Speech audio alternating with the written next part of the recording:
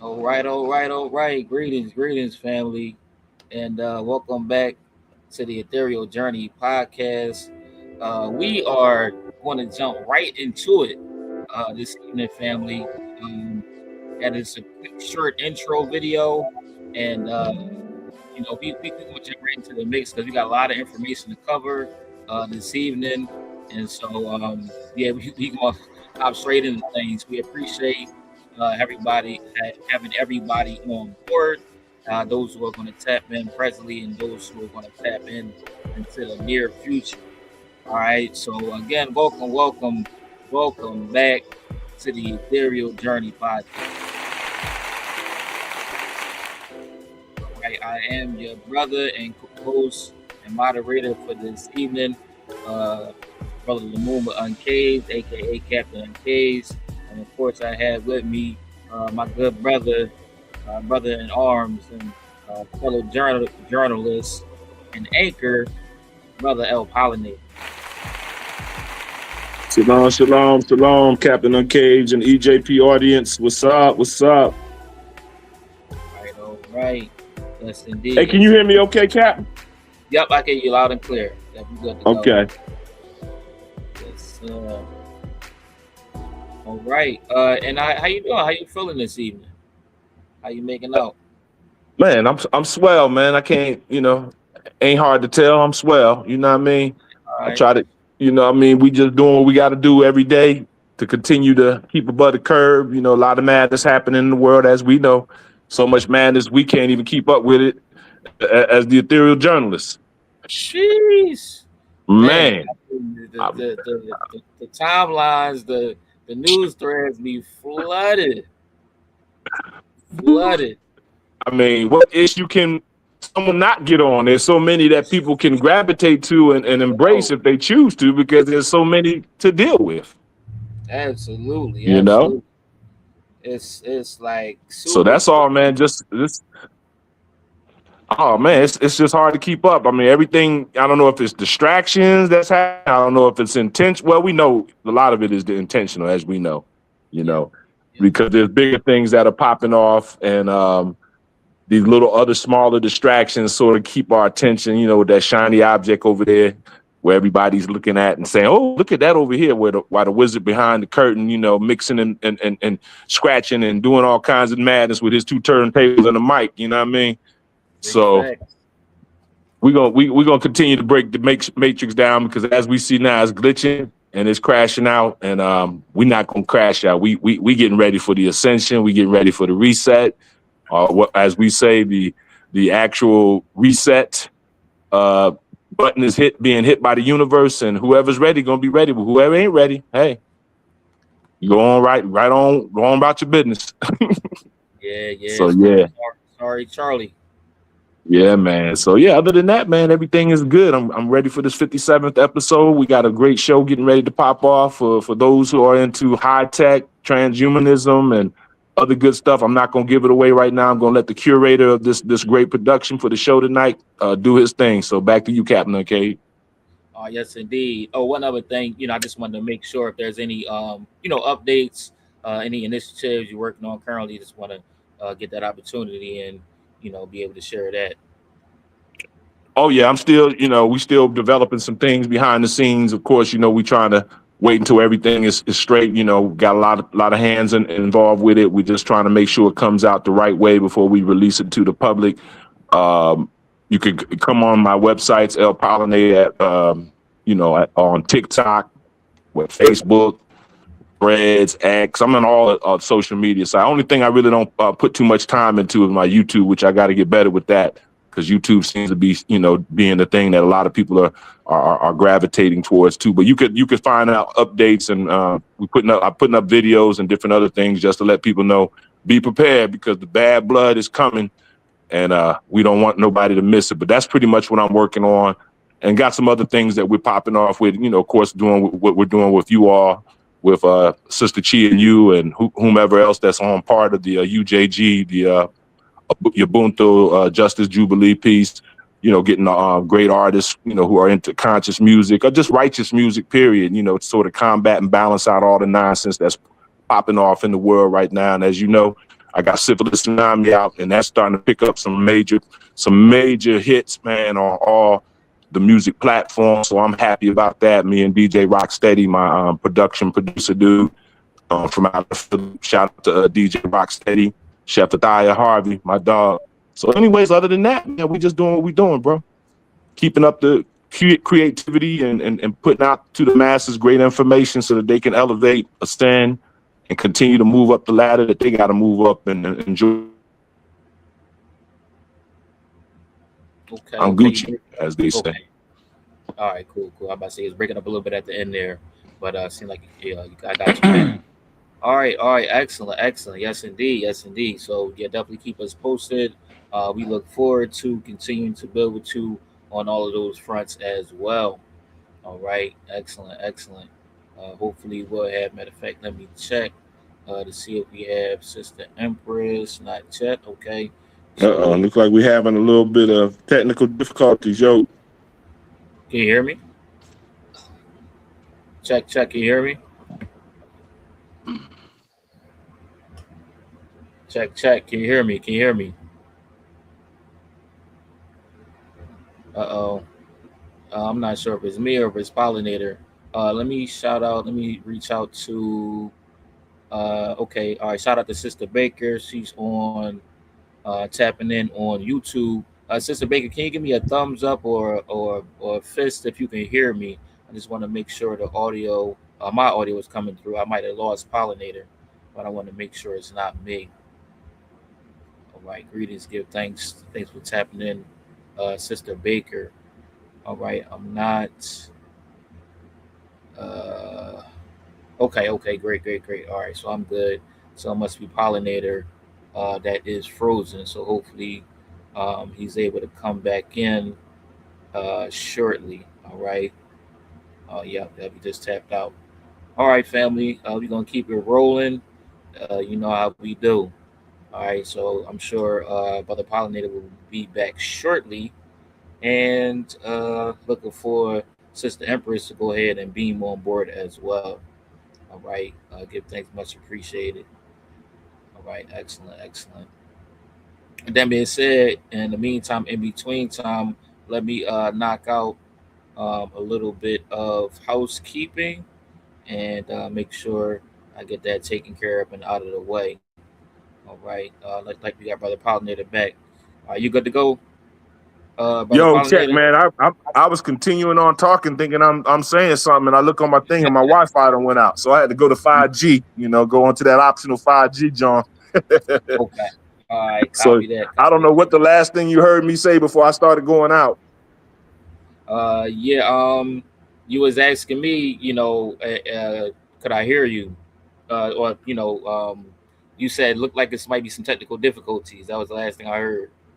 Oh, okay, cool, cool. So yeah, I'm back. I'm back. I had to switch over to 5G because the Wi-Fi all of a sudden started acting up. You know how it be with Hmm. technology. So, Yeah, no doubt, no doubt. but I'm back. I don't even remember what if I know you asked me something about what was going on with me, and I think I thought I said everything I needed to say, but maybe everything Yeah, didn't get said. Yeah, but it's all good.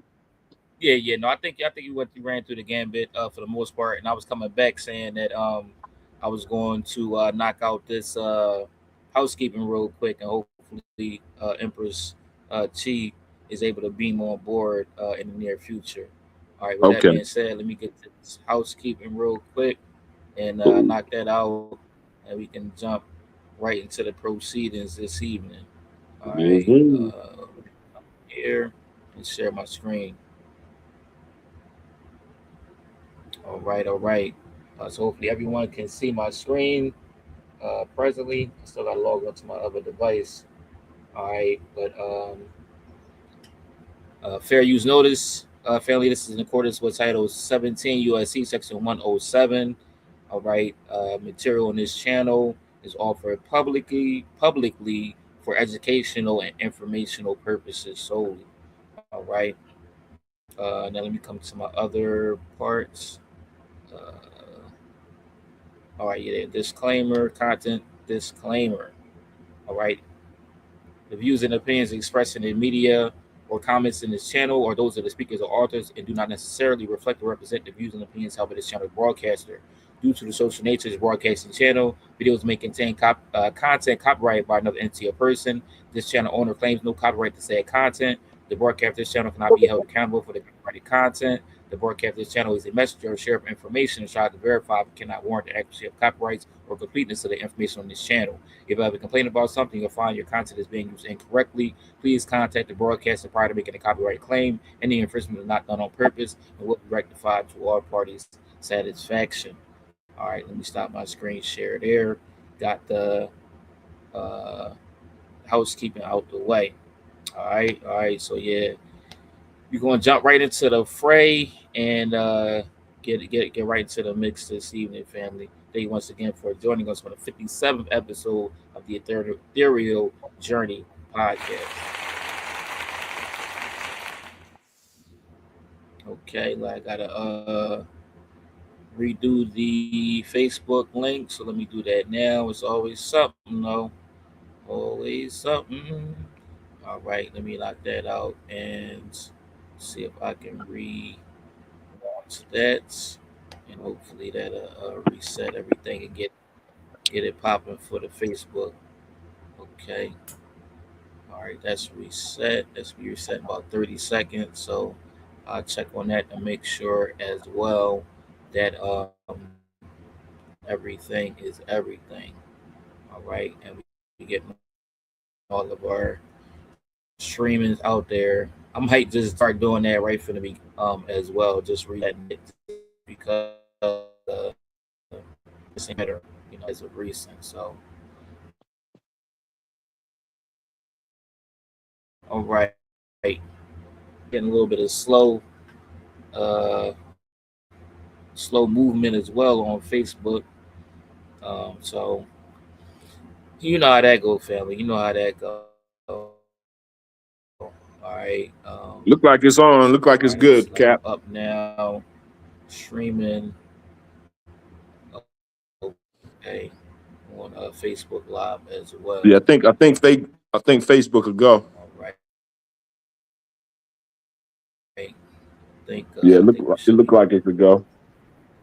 okay. Okay. All right. Cool. All right. Excellent. Yep. All right. Looks like that's a go. All right. Great. All right. So with that being said, let me start jumping into the mix on our lineup for this evening. Okay. And we're gonna start it off. Um, like to start it off on a positive note and start off to digest and benefit from it mentally. Black history, all right, universal Black history and Black facts, all right, so we can gain a greater perspective of who we are and for what we come. All right, because in a lot of cases, the first element that we receive as it pertains to Black history, quote unquote, African American history, is slavery. All right, so you want to make sure that folks are abreast and aware of the tremendous contributions that our people have made in the building maintenance of this country. Inventions, innovations. Just groundbreaking things. Making history on a consistent and continual basis since the aspects of being captured and all the way through until present day and times. All right. And we got into a little discussion previously on the last episode about some of our origins as far as being native and indigenous people of this land as well. All right, being actually native indigenous people of the entire globe. All right, as historically and archaeologically speaking, genetically speaking, scientifically speaking, Black people are indeed the mothers and fathers of humanity, the original man and woman, and the creators, mothers and fathers of modern day civilization. Okay, so let that be known. All right, so don't sell yourself short, and make sure you know aspects of holistic history.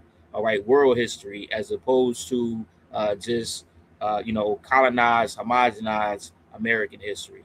and even currently they're trying to erase aspects of history to present day, book banners and things of that nature. So that's why we make sure that we're able to curate our own history, right? To be able to have control over our own image and narrative. All right, so that is what we are going to do. With that being said, let me jump right into it, and yeah, let me share my screen.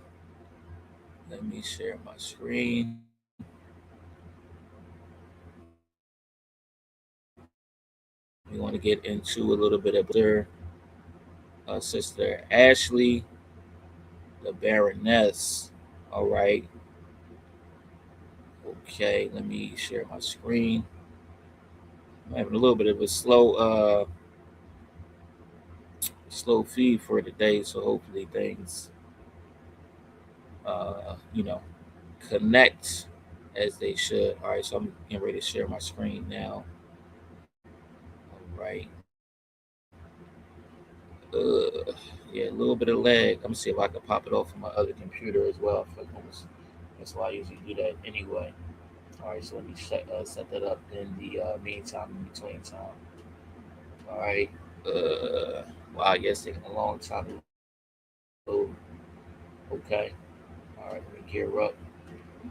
Make sure my other device is functional.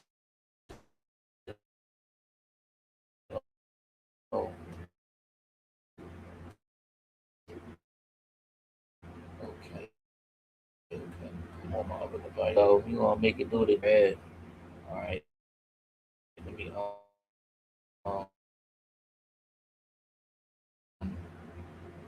Let me volume down on this one so I'll get no feedback. Okay. All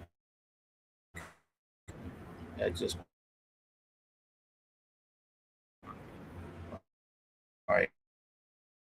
Check. Always something. I tell y'all what. Uh. Yeah, I Okay. was Let me share listening my to it screen on again. Can't. I was Your listening to browser can't. yeah Yeah. on YouTube. It's lagging a little bit as well as right here on here. I Connect. don't know what's going on with the connections. It's lagging a little bit. Mm. I just I just checked YouTube and it was lagging as well just to make sure. I'm gonna check Facebook and see what they doing over there real quick while you putting all that together. Something's going on.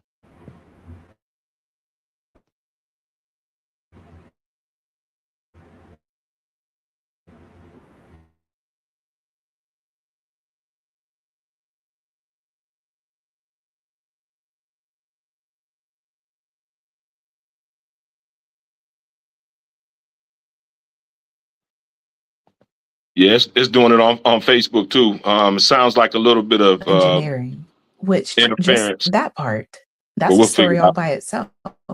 But Elijah finishes his training and he comes back to North America ready to work as an engineer. But nobody will hire him. And you know why? He's qualified, he's trained. But that doesn't matter because he's black. So he takes a job with the railroad as a fireman and an oiler. So this is the crazy part to me, right? You have a mechanical engineer working on your railroad. You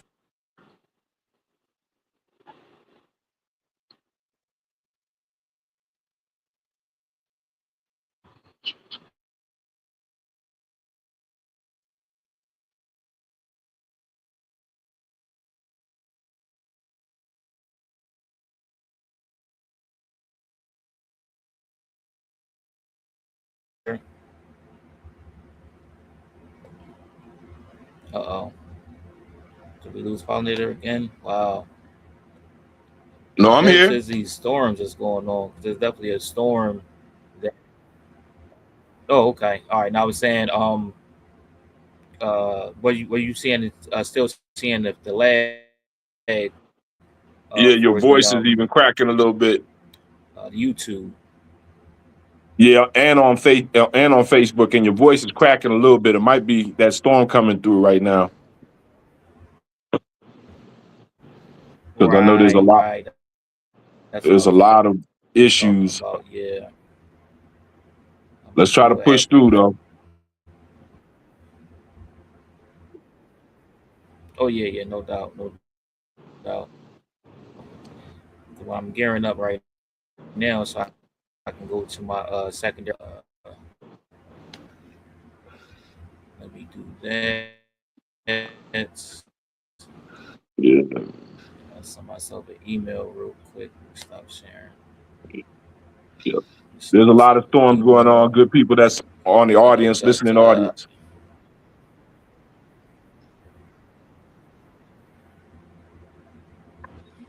yes, indeed. That's actually one of the stories, or actually two of the stories that we wanted to cover for this evening as well, as we got into some aspects of current events. Sister Empress Cheese on backstage too. Just got a text.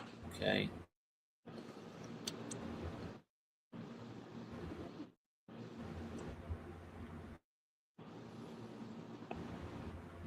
All right.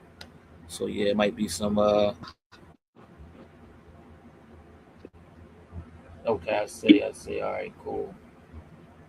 Okay. All right. We got some feedback from Sister Gwen. Thanks for tapping in, and she says she is getting the feed on YouTube pretty well, so that's interesting. It might be my connection. I'm not sure. Peace. All right, great. Thanks for tapping in, Sister Gwen. Let me come to Sister Empress. With that being said, all right, get a quick check in, and before we keep it rolling, and hopefully some of these technical difficulties we're able to iron out. Greetings. How's everything, Sister Empress? How you be this Yes, evening? greetings, everyone. I mean, yeah, really, this weather's just so very interesting.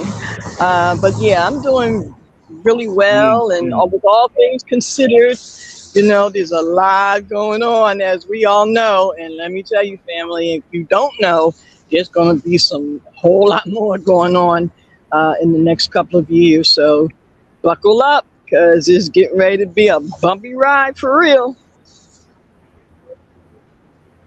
Oh yeah, no doubt, no doubt. Okay, so I'm gonna switch over to my other device and play things there, and hopefully we're able to have a smoother connection. All right, let me go ahead and share my screen one more again. Okay, yeah, this seems to be a little bit faster. Maybe it's my computer, but I had to go to my secondary device, so it should be on and popping. How many of y'all actually knew about this? Because I didn't. You know the phrase the real McCoy? Like, I don't want the fake one, I want the real McCoy. McCoy was a black man, an actual person. His name was Elijah McCoy. And I don't know why I never thought about where that phrase came from. I think I just assumed it was one of those things that people had just been saying forever.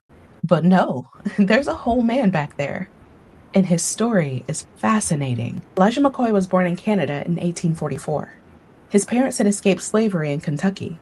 And somehow, when Elijah was 15 years old, they managed to send their son all the way to Scotland to study mechanical engineering, which, just that part, that's a story all by itself. But Elijah finishes his training, and he comes back to North America ready to work as an engineer. But nobody will hire him. And you know why. He's qualified, he's trained. But that doesn't matter because he's black.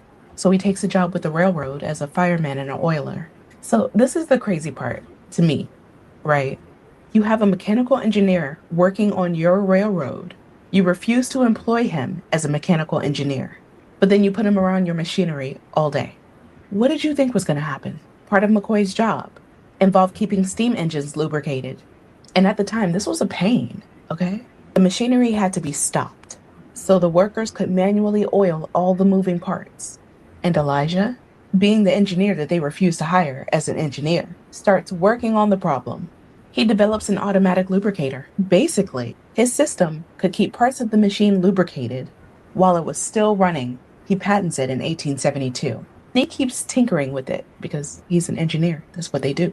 He keeps improving it. He keeps inventing. And this man eventually ends up with dozens of patents. Again, the engineer that they wouldn't hire. And this is how he supposedly got the phrase. McCoy's lubricators developed a reputation for working really well. So naturally, other versions started popping up. But the story goes that those copies weren't as reliable. And the people buying it got tired of figuring that out the hard way. So they started asking for the real McCoy. As in, no, not the version that's like McCoy's. I want McCoy's. So how did his name end up in all our houses? Because of him. That's what happened. The invention itself isn't something that most of us think about anymore, but his name, we kept that. Generations of people have used this black man's name to mean, is it authentic? Is it legitimate? Is it actually the good one? And half of us had no idea there was an Elijah McCoy. I certainly didn't. And I keep going back to the beginning of his story, because they wouldn't hire him as an engineer. That's what gets me. This man traveled across an ocean to learn how to do his job, came back qualified to do this job, and was told no. So he took the job he could get, and then apparently became so good at engineering that people started using his last name to make sure that they weren't getting somebody else's work. I mean, come on. You won't give the man the job. But 150 years later, we're still using his name to ask if something is the good version. Is it the real McCoy? Apparently, there really was one. Say his name, Elijah McCoy. All right, all right. Let me stop my screen share there. All right, so with that family, I did know about Elijah McCoy, right? The real McCoy, and fascinated with the story as a child, um, and I don't know if you remember Sister Empress. There was a book series. It was called like Legacy or something like that, and it featured these type of stories. Elijah McCoy was actually one of those stories. Another one was with Dr. Charles Drew and the blood transfusion, and there was like a multitude of those type of stories. I can't remember exactly what that book, that book series was called, but I remember, seeing it, and if you could recall that, definitely you can pull that for us. But definitely wanted to share that information for all those who did not know. And this is kind of what gave me some foundation and some confidence and some self-worth and value and things of that nature, because I was taught this history as a child. So when I heard other versions of history, remixes, so on and so forth, I was like, "Psh, please, because I was getting these stories, I was getting these lessons, I was getting this history, I was getting this narrative. I was privileged enough that I, as a child, I went to an independent black school, you know, black center school, African center school. And so our entire curriculum was completely and totally different. And this was like the fundamentals, the foundation. So when I went to public school later on, probably like the sixth grade and so, going into like middle school and whatnot like that, I was already well aware, well abreast of Black history, American history, the struggles, trials, and tribulations. At the child, I was watching like Eyes on the Prize and things of that nature, um, and Roots, and so I was like well equipped. So when they was hitting me with these other stuff, these other versions, and I was ahead academically as well, because the in a lot of cases the public school system is kind of trash.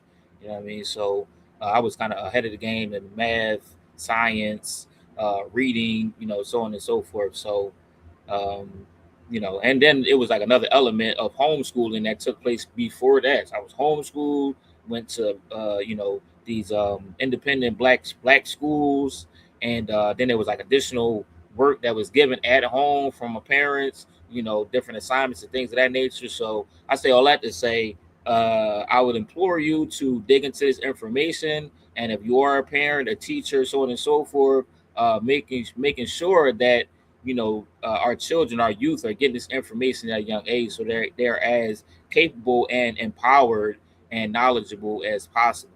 All right. So say his name. Shout out to the ancestor Elijah McCoy, aka the real McCoy. Now, folks might not even be familiar with that phrase. I'll be thinking like, generationally, we losing a lot of information. So I haven't heard the phrase "real McCoy" in probably like, you know what I mean, a couple of decades. So folks nowadays, the generation of today might not even know what the phrase "real McCoy" or who that even is anyway. So a refresher and kind of historical culture as well as historical people representations at the same time. All right. With that being said, let me bring it over to the ethereal journalist for any additions on that.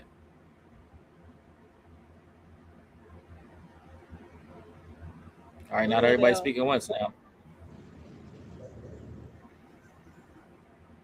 okay, so I'll Uh, jump in. Yeah, So I was gonna see if sister. Can you hear me? we can hear you now. yeah, Hello. Check.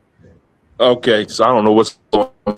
The technical difficulties is getting a little bit out of hand, but yeah, the real McCoy. I mean, that's one of the first ones that they did release and not try to hide and try to bury with accomplishments of ancestor Elijah McCoy. So he was one of the first ones that they did allow, as well as Charles Drew with the the blood plasma piece, and those were some of the basic ones they allowed to come into our history books and to allow us to see those things. If you didn't go outside of the regular school systems and learn for yourself to get knowledge of self, Elijah McCoy probably would have been one of the first ones that would come up as one of the great inventors and being the ones that people would say, hey, the real McCoy. A lot of people didn't even realize that's where they get that terminology from. So yeah. And what you just said concerning your historical reference points of how you learned his name and what he accomplished and other great inventors and creators coming from our nation of people, those are things that a lot of young people, even to this day, that are out here, do not even know that the real McCoy comes from ancestor Elijah McCoy. So thank you for sharing that, and I yield. Yes, sir. Yes, sir. Yes, indeed. all right. So I'm just going to say something really kind of simplistic, and it is an example of the system of off-white supremacy. So to show you how they always try to cover up, even when the information is kind of put out there, but to still show you how they're going to make sure they create a form of confusion. There was a TV program, a TV show that used to come on years ago. And guess what it was called? The real McCoy. The Real McCoys. And it was about this white family. So, again, even if you hear the term Real McCoy, the way that this system is triggered, if you do kind of look it up or whatever, you'll end up seeing the TV show pop up first. If you Google the real McCoy, the TV thing will pop up. Okay, so just a little sidebar with that. Moving right along, but hey, one other thing, we might want to ask in the near future when it comes to black folks, where's the real McCoy?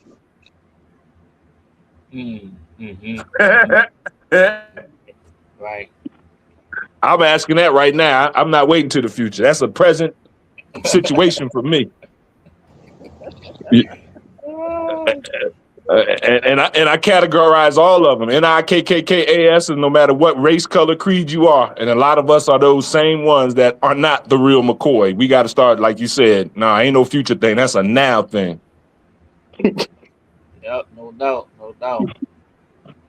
And so again, family, that's why it's so important for us to be able to curate our own history and to be able to make sure that um, we are taking control and maintaining control of our own image and narrative. All right, the utmost of importance. All right, shout out to Sister J Renee tapping in on our YouTube live. All right, big ups, big ups. Okay, all right, let's keep it moving, family, because we got a lot to cover. So I'll just kind of move through a little bit rapidly, um, as we continue on. All right, let me pop this off, and we got some more Black facts for you. Okay, Universal Black History. All right, let me share my screen with that being said. Okay. Here we go. Here we go. All right. Sound right. 2017, I mysteriously fell and died from my fifth floor apartment, just 2 months after I invented Aqua Renew to help solve South Africa's water crisis. In 1887, I built the telegraph that saved trains from crashing. But rich and greedy people like Thomas Edison made sure I died in poverty. Follow Sometimes Weird for more African. All right, let me stop it right there. Okay. And so we have Granville T. Woods, and unfortunately, they did not mention the name of the other brother from South Africa who invented the water renew system that he developed because of the water crisis in South Africa. Okay, and but over here we do our due diligence. All right, and so I was able to find and pull that story, so we can have some more insight information on our our ancestor brother. Okay, so let me pull it up really quickly, and once again, triple solution. Shout out to the ancestor Granville T. Woods. All right, for all those who was not familiar with that brother. Okay, so we're going to be talking about now the brother Inkosinati Nkomo. All right, so let's check it out. Let me go ahead and share my screen one more again. Okay.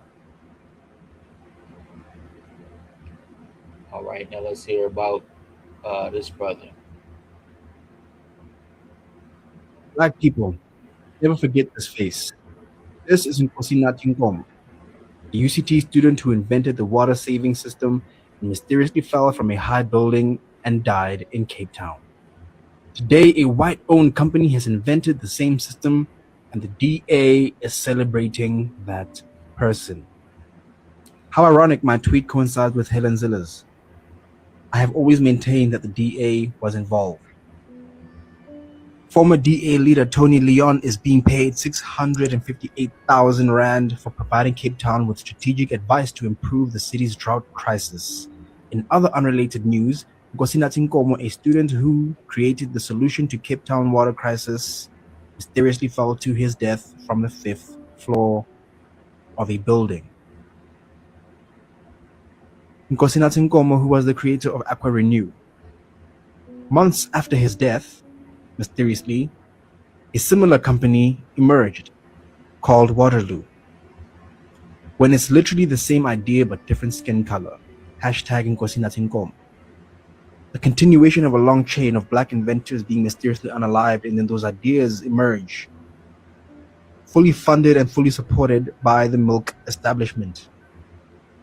Now, I'm not telling you who to choose, but I am suggesting that you keep in mind that you're not just voting for yourself, you're voting for your people.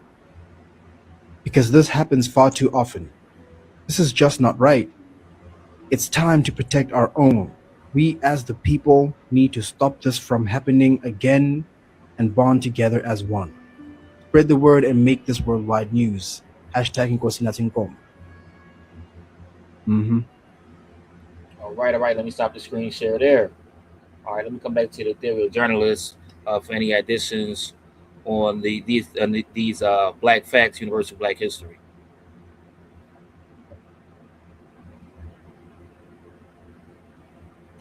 Okay. That's how I'm good, man. I mean, that's a good reference point, because a lot of times we don't hear a lot about the inventors from the mother continent. Can you hear me? Am I coming through? Okay. We don't hear a lot of the inventors that came also from the mother continent, Africa, or Akubalan, as we call it, the mother or the cradle of civilization. And it's just ironic that this individual, I never heard of him before until you play this tonight, matter of fact. And as well, unaliving him during the time he created an invention that would help, the water crisis in that land during that time amongst the nation of people that were being at that current time, under colonization and apartheid. So it's amazing how they even have done those things to those inventors over there as well. And just the story that was just told right there shows that this is not just a America KKK thing. It's a worldwide thing. When we come up with great ideas, creative insights, new technologies, somehow, some way, these individuals end up, coming to an early demise. And it just shows us that this just not relegated to this America, to this nation of people here that colonized this country, but all over in different parts where our people are in the diaspora, all over the all over the globe, really. So that was interesting right there. I didn't even know that right there. So I just want to thank you for connecting that black dot, because that's what it is. It's a black dot that was connected. A lot of people don't know that this individual even existed. So I yield. Yes, sir. Yes, sir. Absolutely. Absolutely. Let's come over to Sister Empress. Any additions on this? Yes, I was familiar with the brother and the work, and this is why, again, it's so important, as El just said, we got to connect those black dots. We're in a time and an age now where we can see our people, the work that we've done and are doing all over the diaspora. And it's really important that we do connect it in that manner, because this is what other peoples do. As you know, in Western so-called civilization and its concepts, it makes sure that it focuses on the accomplishments of Rome and Greece and so forth. So it's obviously very important to make certain that we connect to our people worldwide and globally. So yeah, thank you, Brother Luma, for that information. Oh yeah, absolutely, absolutely. So once again, shout out to the answer.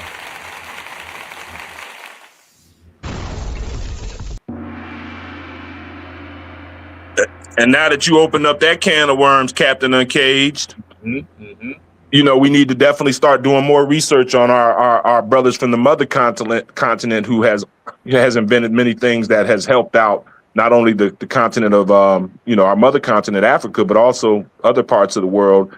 And I'm certain that we can find some information on other researchers. But it seems like our nation of people that are here in America have created a lot more that is recognized worldwide versus any other part of the diaspora of where our people and our nations come from. And that's interesting. It goes to show you as well that we're special people here in the United States of America. Our nation of people that came in, from whether you came on the transatlantic slave trade, or whether you came in and you are already here as one of the indigenous of the land of North America or Canada or wherever you want to call us, we are known around the world for being some of the greatest inventors. So we need to take pride in that. Our people that's here, our nation of people that are here already, that have been here before 1492 and any other time that they claim that we were not nowhere to be found. Those are lies that are coming out right now. And this is, like I said, the year of revelation. This is the year of the unveiling of the truth. The veil has been lifted. The matrix is crashing. Our history and her story is being told. And that's why they're trying to now use the federal government to try to erase it, like they did with the whole piece in Philadelphia during, at the slave memorial right there. So this is a very interesting time that we're in. And we just need to keep our head on a swivel, but we don't need to let nobody take anything from us. We need to fight to keep our history and her story intact and let the truth be told at all times. I yield. Indeed, indeed. What a time to be alive. All right, family. So let's jump into the next clip. We're going to look at some ancient history and to get some perspective from one of the most world-renowned physicists in present day, Neil deGrasse Tyson. All right, his interview on Club Shay Shay. Let's check it out. What his perspective is on the building of the pyramids. Speaking of, I'm saying, I knew you'd help me understand this, but I've never been there. I do want to go because I want to see it. The pyramids at Giza. Yeah, I haven't seen them either. But you got to explain how, with not the machinery, the equipment that we have today. How did they put that up? I'm not authorized. You have been influenced by people who are in denial. Denial. Not the river. In denial of a brilliant African civilization. Last I checked, Egypt is in Africa. And the people leading the charge of disbelief tend to be Europeans. Not from Africa. Okay? The Europeans come in because what was Europe doing 2000 BC? Nothing much happening back then. Okay? And living in huts or whatever they were doing, it was not the brilliant civilization going on in Africa. Right. Africa. The Nile would flood, the irrigation, the architecture, the science, the civilization that represented. The Hanging Gardens of Babylon. Temple of Artemis. Okay. Halicarnassus. These are well, except when you go to the Greece and Rome, well, that's Europe. Yeah. And so they say they can have an explanation of how that because that's their own people. That's my point. So I'm tired. I'm gonna sound like Martin Luther King. I'm tired of having people, deny the intellect of Africans in Egypt 5,000 years ago. And so look at who primarily is in denial of it. And doesn't mean I didn't like or enjoy the movie with the ring. Stargate. Okay.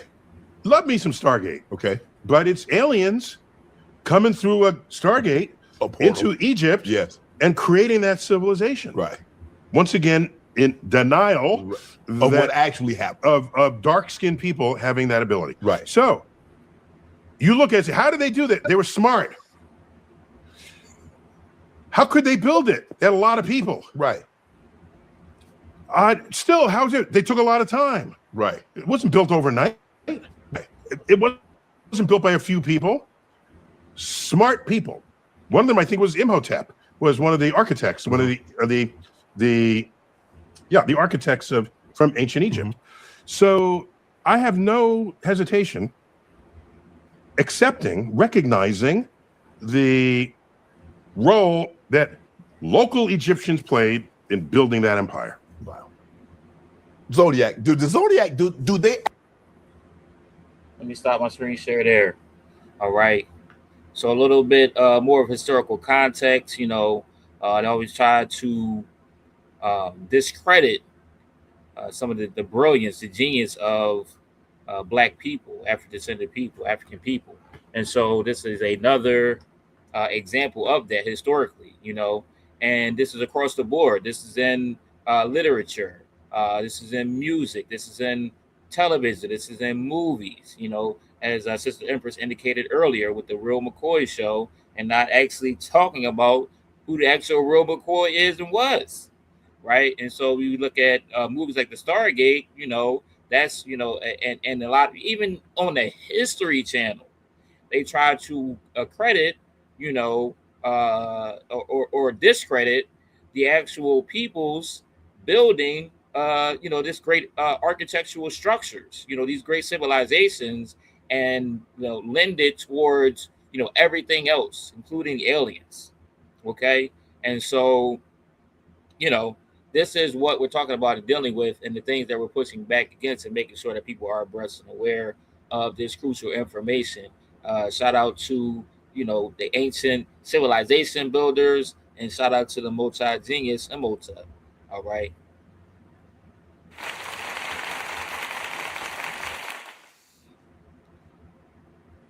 With that being said, let me bring it to the ethereal journalists. What say you on this before we keep moving? I yield to Sister Chi. Okay. All right. Well, what can we say? Again, the information that we're now able to have access to and be able to further examine, it's just wonderful. And there's now just less capability to dispute the truth, to cover it up, and with that said, it's now on us to move things forward.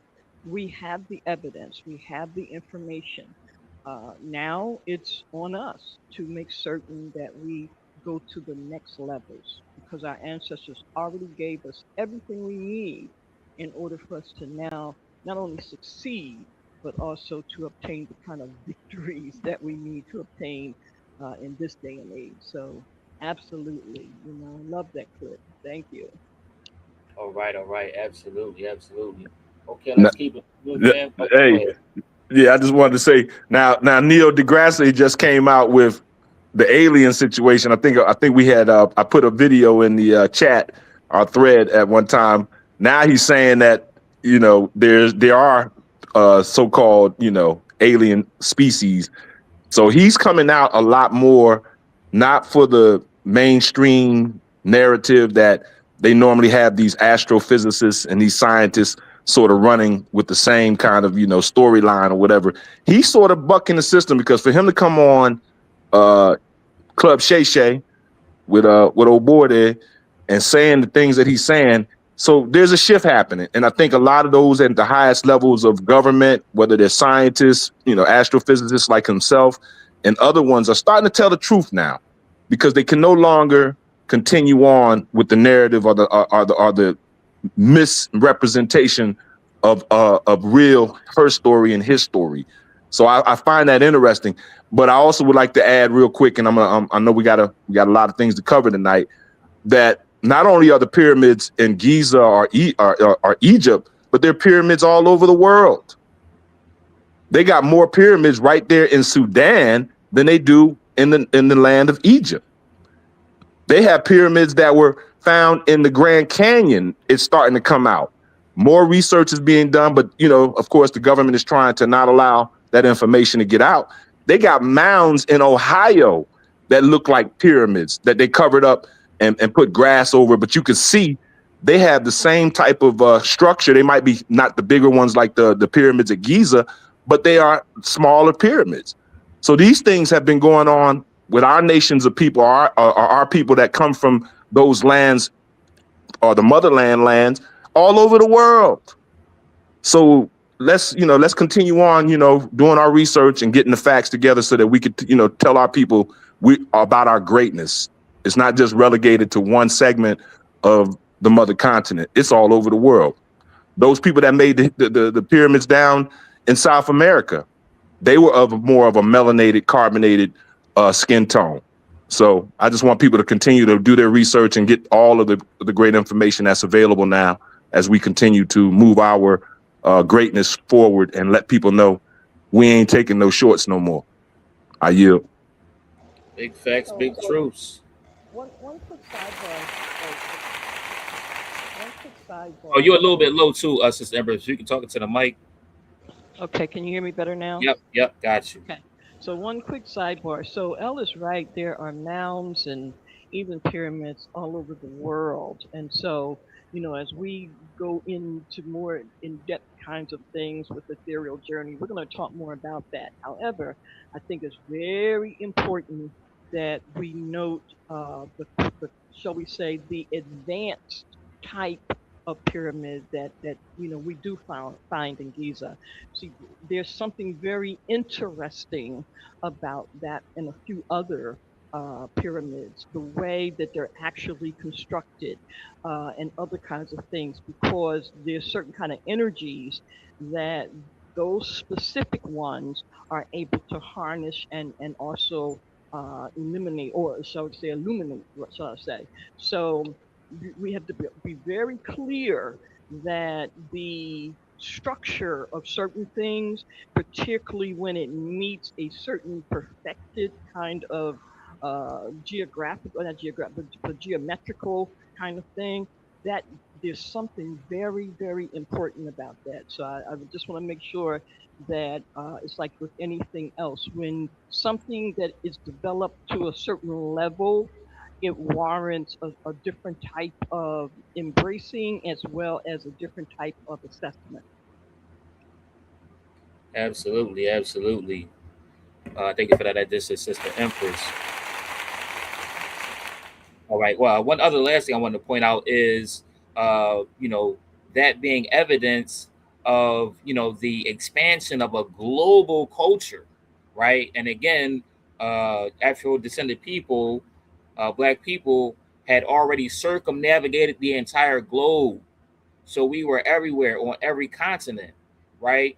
And so I think that fact needs to be pointed out. And also, there's a through line. Again, there was evidence of a global culture with the type of architecture, you know, the type of synergies with being able to live with the land instead of fighting against it, and working within nature, you know, things of this nature. You know, the connection with the stars and cosmology, you know, the symbolisms, the writing, you know, all of the similarities that are involved with this type of global shared culture that was expressed across the world. But yet, it seems like that period and point of time, Egypt, you know, was the culmination of culture, the apex, you know, where all of the brilliance and so on and so forth had come together, had joined, had united in order to build this magnificent civilization, you know, and had, you know, the numerous amounts of advancements in archaeology and science and mathematics and technology. Okay. But, you know, the other aspects of culture built up into this point. You know, as a brother Pollinator was saying, the nation of Kush was the pre civilization, right? And those smaller pyramids were some of the foundational points to push and get to the points where you see in Giza and in Egypt. All right. So actually, those Kushites moved forward, you know, pushed forward and was able to further build, culminate with, you know, those geniuses, you know, all culminating together within that fertile crescent, right? Which is the one of the reasons why these technologies, so on and so forth, were able to develop, because it was a literal oasis.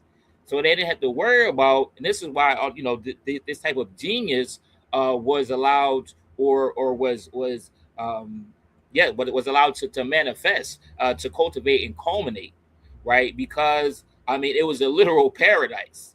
All right, there was, everything was in abundance. Okay, and that was our, when you're in that mindset and mind state, you know, damn near anything is possible. Anything imaginable is fathomable, right? So anything that you can think of, you can contemplate, you can create. All right. So shout out to the ancestors once again. Nah. And also, I just want to lend to that real quick, and so I'm gonna just hit it real quick.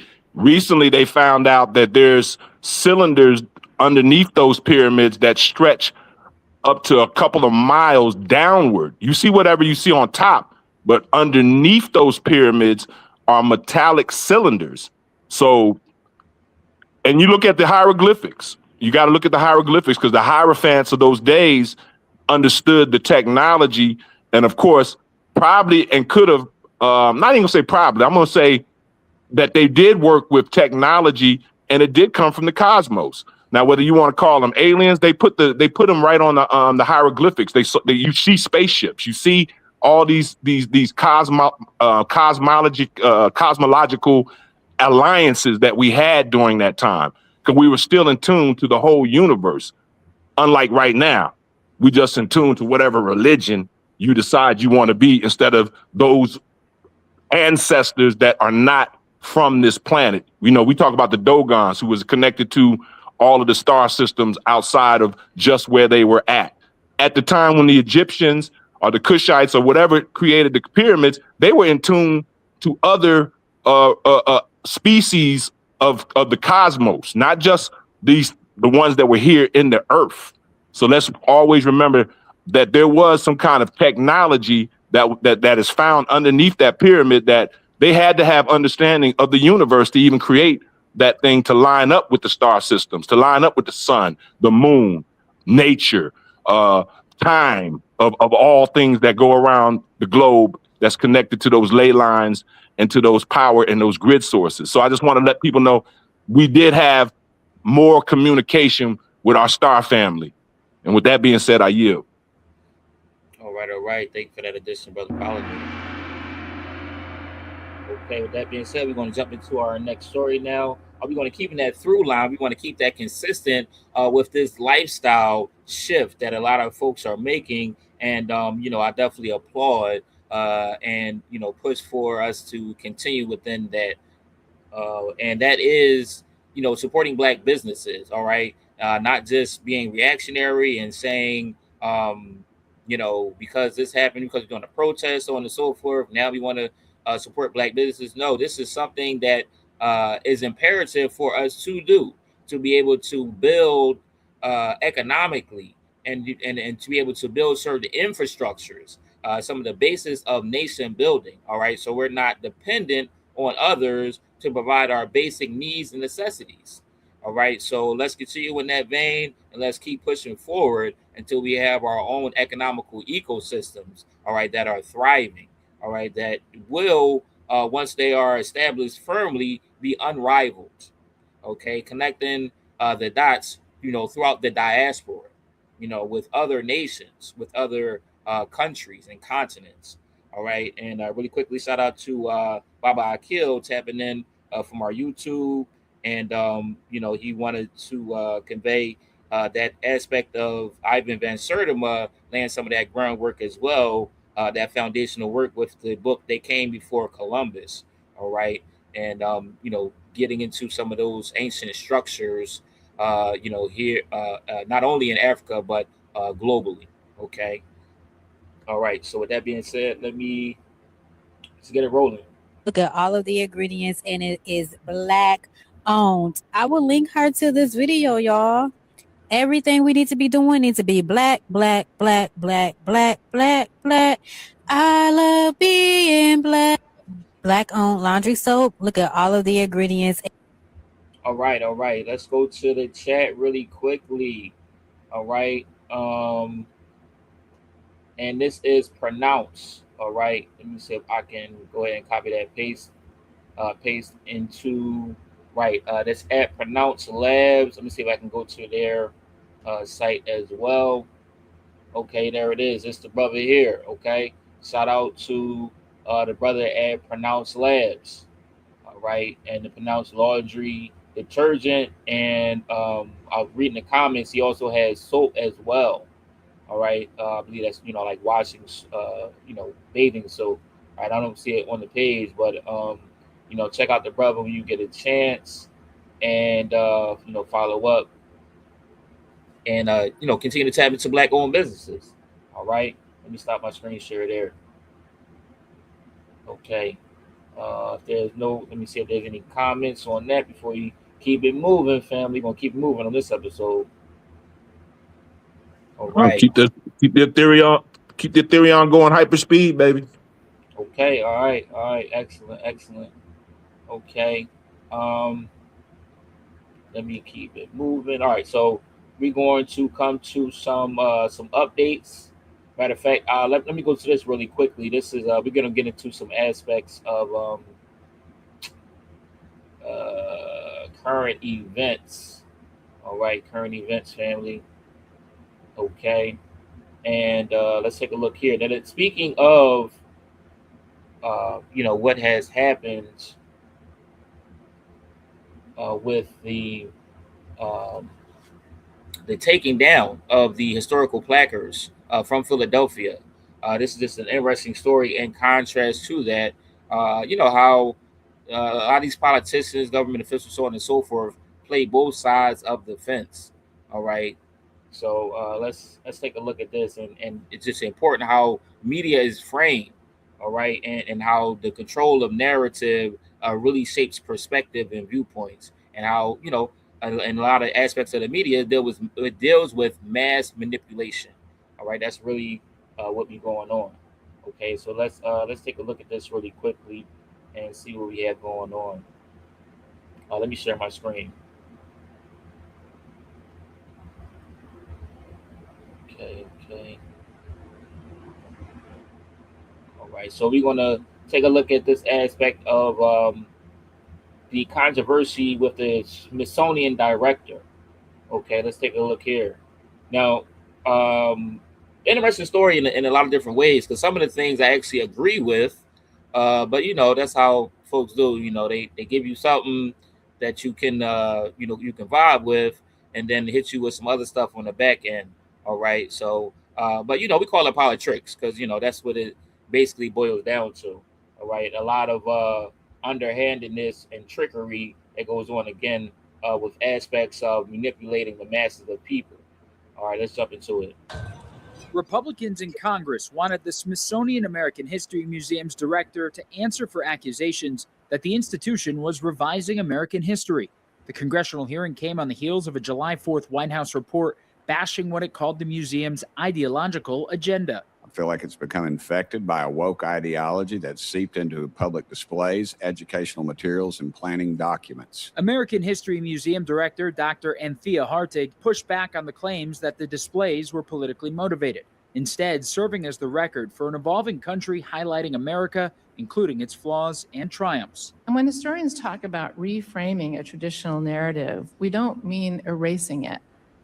We mean adding the evidence, the voices, the objects that earlier tellings left out, so that more Americans can see themselves reflected in the national story. Republicans on the House Oversight Committee hammered Hartig for exhibits that focus too much on perceived wokeness, sexual orientation, diversity, and race. Do you think that it's appropriate for the Smithsonian Institution to sell Latina power paraphernalia? What kind of message are you trying to send to kids with BDSM imagery?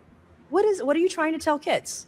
Are you sexualizing children? Democrats on the committee defended the institution, inviting skeptics to go to the actual museum and observe things like Thomas Jefferson's desk he used to draft the Declaration of Independence, and exhibits highlighting George Washington, among others. Yale University historian David Blight warned about the dangers of political leaders putting their thumb on the scale of history. If we're not careful, we will end up with what the great writer Toni Morrison called statist history, and it will create what she called sanctioned ignorance. Hartig's. Let me stop it there. These jokers got the nerve to quote Toni Morrison. Let me come back to Ethereal Journalist for your additions on this. All right, and shout out also to our sister Natasha Bailey tapping in on our YouTube. All right. Let me come to the Ethereal Journalist on any additions on this. Robert Paladin, it's funny. Mm-hmm. Yeah, it's funny because we talk about how, people gain their talking points from a narrative that's coming from the top of the pyramid and is always disseminated down to the lower bases of the pyramid. So they have a pyramid structure, yet they don't give us the credit for creating the pyramids. But yet how they disseminate information comes from the top on down, and then it becomes a narrative to exclude or discount certain aspects of what they don't want to be a public knowledge, such as the real people who have done a lot of the inventing, such as us and our ancestors and our nation of people that are here, as well as how they want to try to structure the narrative to fit his story. I ain't gonna say her story because they don't say nothing about their so-called people who are of the feminine, nature. We at least honor our feminine queens and our goddesses in everything of our spirituality, our ethereal understanding of of who we are and where we came from. But nevertheless, I say these things to say that this is one of the tricks that is being played right now, because at the end of the day, they always got to degrade somebody else to upgrade themselves, to make it look like they're the ones that were the originators or the primordials of the history of the world. And they don't even talk about the her story because they already continue to still deny their own women certain rights or certain levels of existence, because they keep them in their little, Stepford wives situation over on the side. Let's be real about it. We don't do that to our women. So I just want to say that, it's just funny how, when they get their talking points, it's always to degrade somebody else's accomplishments and not to give anybody else any glory but themselves. So I yield on that one. Just wanted to make that point real quick. Yes, sir. Yes, sir. Thank you for that addition, brother Pollinator. All right, coming over to Sister Empress. So for me, Brother Lumumba, and Brother L and family, it for me it's just again another example as to why we must have our own everything. If we don't get at this stage of the game that this system, these people, for lack of better terminology, are going to always make certain that they, push us under, and that puts it mildly. If we don't get this by now and act accordingly, then again, we will only enable the next generations to have to continue to do the kinds of things that really should have been done on top of what it is that they are supposed to be doing based on their time period. So I'm saying again, what we're seeing now is not new. It will continue to happen because this place that we call America is not for everyone, at least not in the fuller context of what they supposedly are about or wanted to be about. And so, with that said, it is now up to us to make certain that we create, develop, establish, and sustain our own everything. Absolutely, absolutely. Indeed. Thank you for that addition, Sister Empress. All right, let me keep it moving. Let me come to my next storyline here. All right. Now, this is in context because we want to get some updates, family, on some of the recent reports that we've been seeing with the unaliving of our people. But before I do that, I want to get into a little bit of historical context and in the recent history. Okay, and just look at the through line of this type of these acts of savagery and barbarianism. Okay, and so you have to look at who are the true savages historically. They always try to put that label and title on indigenous and native people, but when you actually look at the history of things, when you look at the aspects of the certain cultures that have been developed, the type of inquisitions and the uh, dark ages and the type of torture devices, so on and so forth, that were developed, then you really have to put in perspective and really be truthful about where the true savagery stems from. All right, so let's take a look at uh, ancestor brother James Byrd Jr. and a case who many might be familiar with if you're of a certain generation, but present day generation, may not be familiar with. All right, so let's just give them a blast from the past. I want to tell you about a man from Jasper, Texas. His name was James Byrd Jr. Everybody in town called him Son. He was one of 8 kids born in 1949. And by all accounts, he had one of those voices, church raised, choir trained. He played piano. He could do Al Green in a way that made people just stop what they were doing. Son didn't drive. Everybody in Jasper knew that too.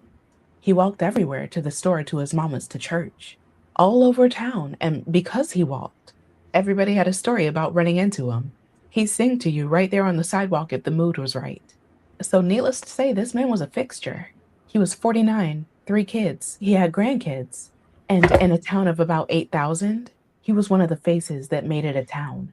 June 7th, 1998. It was a Saturday night. Son was at a friend's anniversary party. It was a good night by every account. Sometime after midnight, he did what he always did. He started walking home. A pickup truck pulled over. There were 3 men inside, and one of them was a face that he knew. A local, 23 years old. Small town, and that means a known face is a safe face, right? So he got in. And what Son had no way of knowing was that the other 2 men came out of Texas prisons as something different than they went in. Recruited inside into a white supremacist gang, covered in the tattoos. Not some old men from the Klan photographs. Young men, radicalized on state property, released into Jasper. Now, I'm going to tell this next part truthfully because his family had to live it. And the least we can do is not look away. So if you need to skip 30 seconds, go ahead and skip because trigger warning. Those 3 men didn't take him home. They drove him to a logging road, beat him, chained him by his ankles to the truck, and dragged him for 3 miles. The forensic testimony established that he was alive and conscious for most of it, holding his head up off that road until 1.5 miles in, when the culvert ended it. Investigators marked 81 places along Huff Creek Road where they found pieces of him, his body. They found pieces of his body and his things.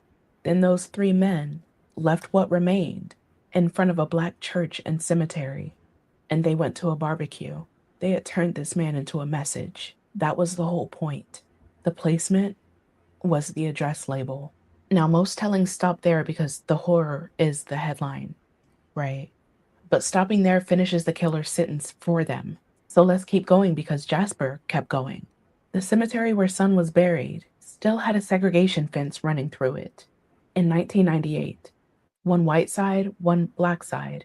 After the murder, the town pulled that fence down. 2 of the 3 killers were sentenced to death. The first white man in modern Texas history sent to death row for killing a black man.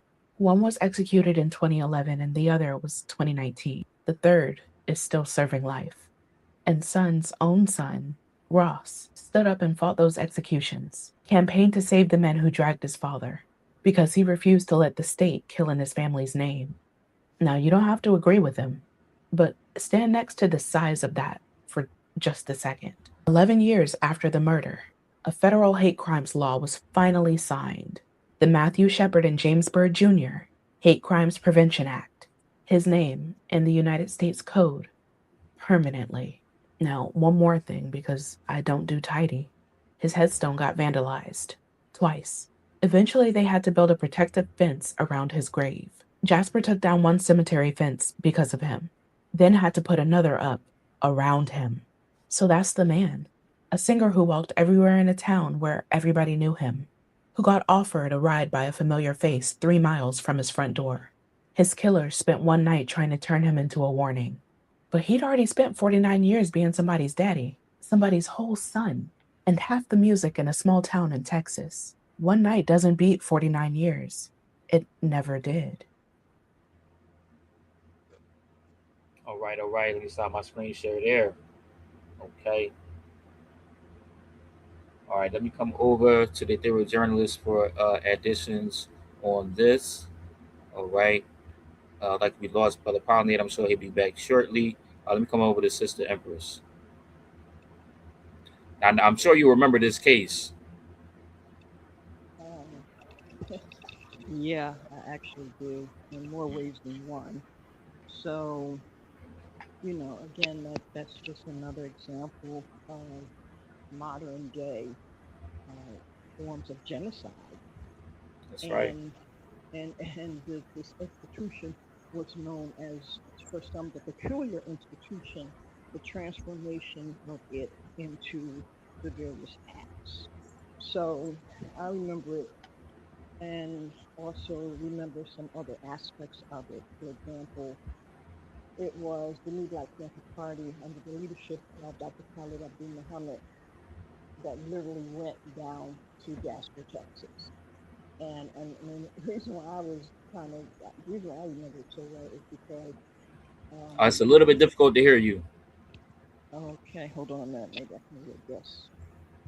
Okay, is that better? Yes. Okay, so one of the reasons why I also remember it is because the Million Youth March was coming, and again, Dr. Khalid Abdul Muhammad was, of course, the convener for the Million Youth March. And so I was a national consultant for the Million Youth March. And so when he told me that he was going down to Jasper, I really did not want him to go because it was just at that time, it was a lot going on and it was very dangerous. And so, needless to say, we got into a very interesting kind of heated discussion about that. And it didn't matter either way because he was very adamant in going, and he did. And they were armed, and they presented themselves to particularly the white people in Jasper, to let them know that there would be a response to any future behaviors. And so again, they literally went into Jasper armed, showing their weapons and so forth and so on. So yeah, I remember it very, very well. Also remember again that until we have our own everything, we will continue to see these types of things as we're seeing even today. All right, all right. Thank you for that addition, Sister Empress. All right. So yeah, our brother Pollinator should be back shortly. But in the meantime, in between time, I'm going to keep things moving, family. Baba Akil was adding in as well. To continue to support the sustaining of our own culture, history, and legacy, and giving a shout out to the Least We Forget Museum in Germantown that was orchestrated by Mr. and Mrs. Ragsdale. All right, so those who are and are not familiar with the Least We Forget Museum, go ahead and tap in and check it out, do your research, and follow up on that, family. Speaking of research, just really quickly to recap on our last story, um, people do not want to do any work. I'm seeing nowadays, putting out certain information. Going back to the last story with the black-owned business, with the pronounce laundry detergent. I was reading the chat, and then I saw people saying, we talk about supporting black-owned businesses. Can't you put what the business is? The first thing that was in the chat was the pinned link to the business. So the people didn't even take time to actually read any of the comments. It was pinned at the top, right? And this comment was, further down.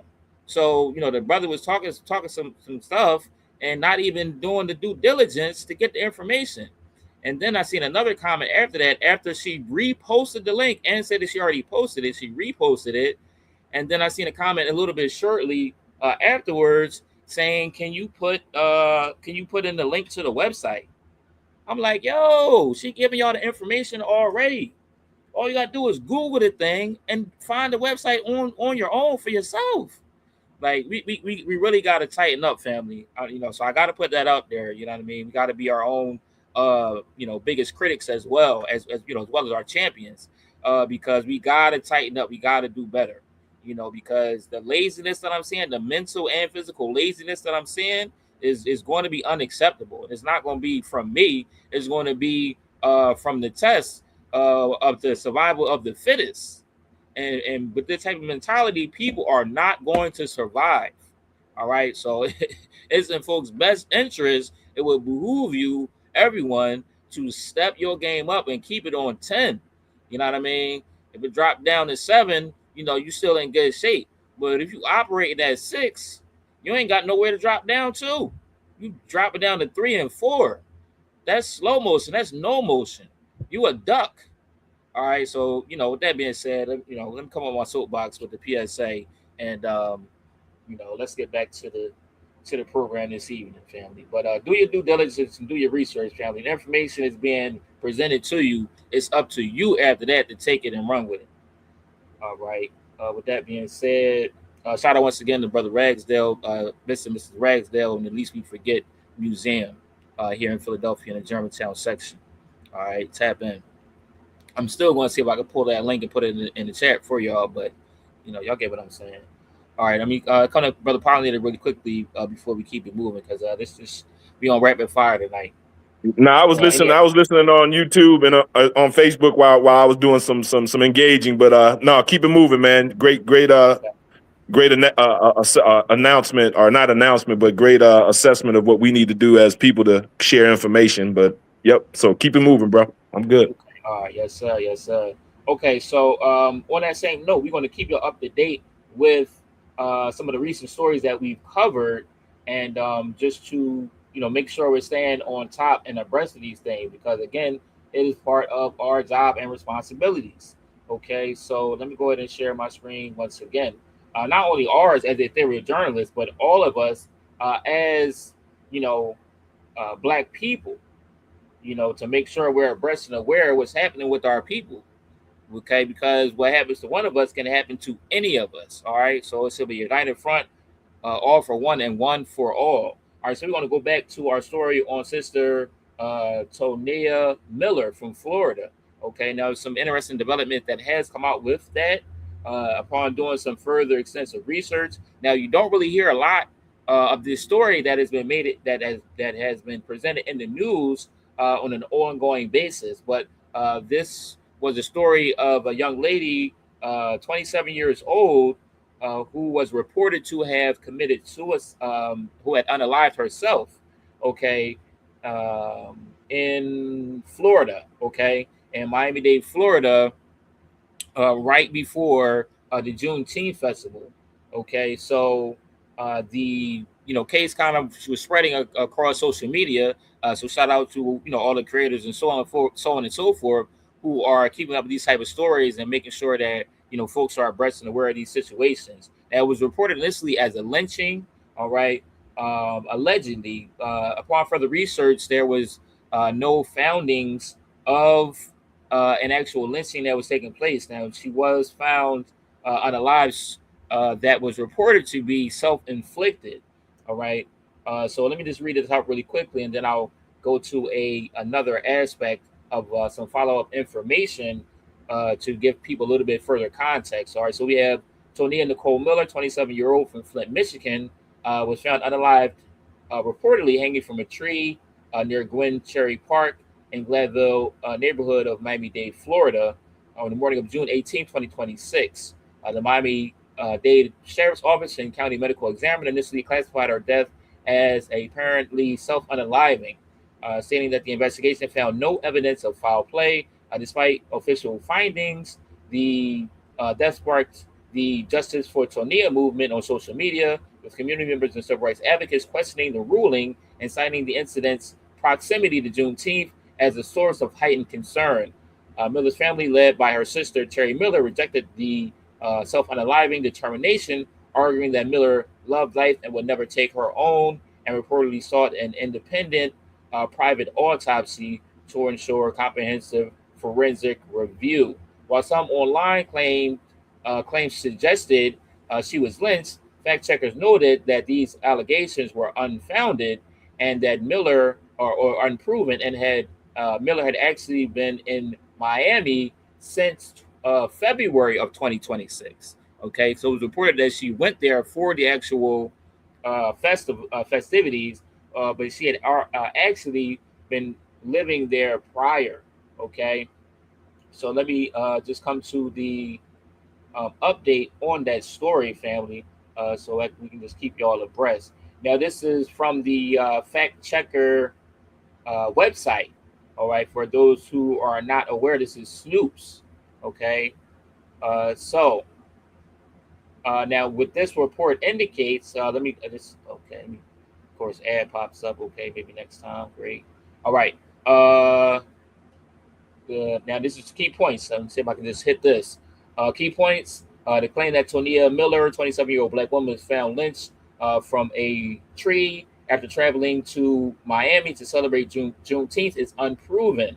An investigation by Miami-Dade's Sheriff's Office found that circumstances of her death was consistent with self-unaliving, according to a statement released June 24th. All right, Miller was found unalive or deceased June 18th, one day before Juneteenth. Okay. It does confirm a news conference on June 6th. Miller's sister Terry staunchly rejected the authorities' conclusion. The NAACP Miami-Dade branch reported that Tonia had been found hanging from a tree. The sheriff's office had not included this detail in its statements on Miller's death 2 days earlier, though many online made claim to it. So they're saying that there was no reports that was given out from the sheriff's office. So where are people getting the reports of the lynching when no reports about the circumstances of her death had been released? Okay, it was unclear whether Miller's next of kin was seeking independent autopsy, which she has reportedly has been able to conduct. All right, so to further that, in this article, let me see. Here's the young woman here, beautiful young lady. Okay, but it is reported that, let me see, according to, I want to get to this point. Let me see. Let me see. Because the claim that Miller died by lynching was unproven. The claim is unrated. The Miami-Dade County medical examiner could not release the results of his investigation into Miller's death because autopsy reports in Florida for people who are found to have unalived themselves are exempt from public record requests without permission from next of kin. Okay. I want to get to this next report. Okay, here it is. Mistress May, the co-founder of Decrim 305, an organization that advocates for the decriminalization of sex work, said in a video posted to Instagram on June 26th that Tonia Miller was one of our participants, as in we provided services for her. Okay. She also said Miller's sister was seeking an independent autopsy. Snoops cannot independently verify that claim. According to an arrest affidavit, a Miami police officer arrested Miller in February 2025, supporting she was already in Miami before the Juneteenth 2026. Her listed address was a house belonging to the Chapman Partnership, a homeless charity. All right, so now we're getting more information about some of the surrounding circumstances, possibly around the unaliving of Sister Tonia. All right, so that's why we like to do our fact checks, family. We like to follow up and get all of the information before coming to investigative conclusions. Okay, now although we were reporting everything that was happening as it was happening, we definitely want to make sure we get to the actual bottom of things and making sure that the people responsible, that are truly responsible, are brought to justice. Okay, and that we have all of the facts and not spreading misinformation. All right, with that being said, let me bring it over to the Ethereal journalist for the additions on that. Sister Chi, rip it. Well, I've said on numerous occasions that the situation with our women in particular now is going to be a lot more visible because the situation that has been occurring for several decades now as it pertains to the violation of our women in all kinds of ways, from being battered to, of course, molestation and so forth. For the most part, that stuff on a national level really does not get much attention, like all this other stuff that happens. Homelessness and all of the kinds of things gets a lot of play, gets a lot of attention, gets a lot of action connected to it. But when it comes to the violation of our women and girls, that gets next to nothing. And so I've said for quite a while now that we will begin to see that this system really now does not care. Not that it ever did, but I'm just saying we always knew that our men were public enemy number one. So that was always the case. And so, for the women, you kind of had a little bit of capability. Well, I've said it, all of that is ending. This system does not care about our brothers or our sisters because their primary focus is the children. They want our children And so whatever you're now going to see more of the trafficking, more of incarceration, by the way. Watch how the incarceration rate is going to go up in the next 2 years, actually, when it comes to our women and girls. You see, because that's a part of the plan. So hearing this, again, it saddens me, needless to say, but I also know that we're going to see more of this, unfortunately, particularly if our people do not begin to act like they care about our women and girls. All right. Thank you for that addition, Sister Empress.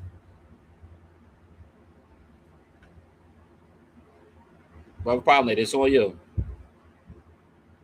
Oh, yeah, okay, man.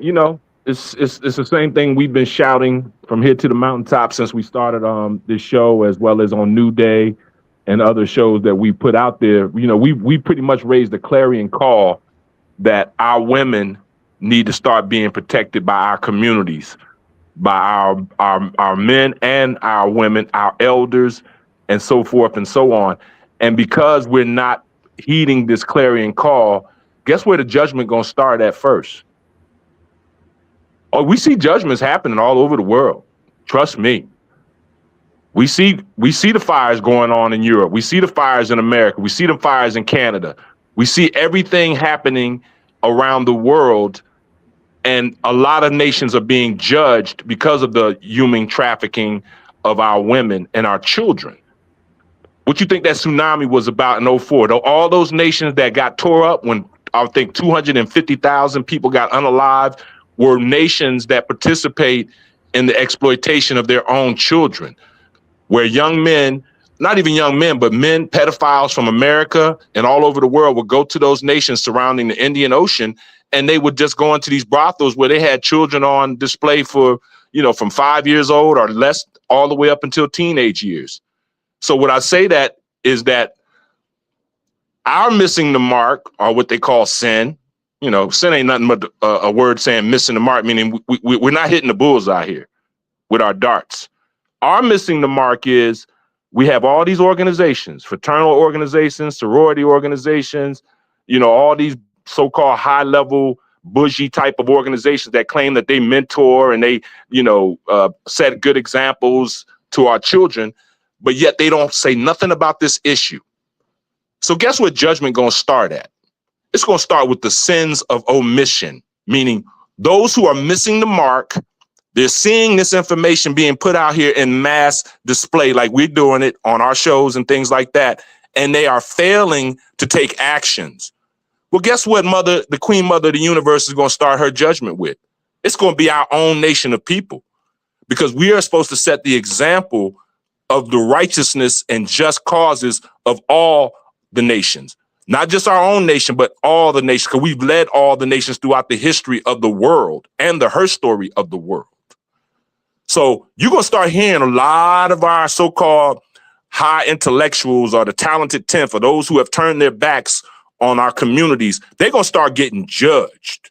And I'm calling down judgment on all of them. And I'm part of a fraternity, and none of them are going to be exempt neither, because we are failing to protect our babies and our children. If you listen to the Syphilis Tsunami song, that ain't nothing but a song about judgment. And I'm calling judgment on everybody, the government, our own personal communities, our responsibility to each other, the things that we have failed in those components of society, personal relationships, as well as spiritual and religious institutions. I'm calling judgment on everything, because people have knowledge of these things. And the mother is looking at us and she's saying, why aren't y'all protecting my beautiful babies and my children? And that's where I'm at with it now. I'm calling down judgment on everybody that's a part of it, whether you have committed these things or you missed the mark and not addressing them and having the power to address them. Those are sins of omission. So that's where I'm at with this nonsense at this stage of the game. All right. So I yield. Thank you for that addition, Sister Empress and Brother Palmer.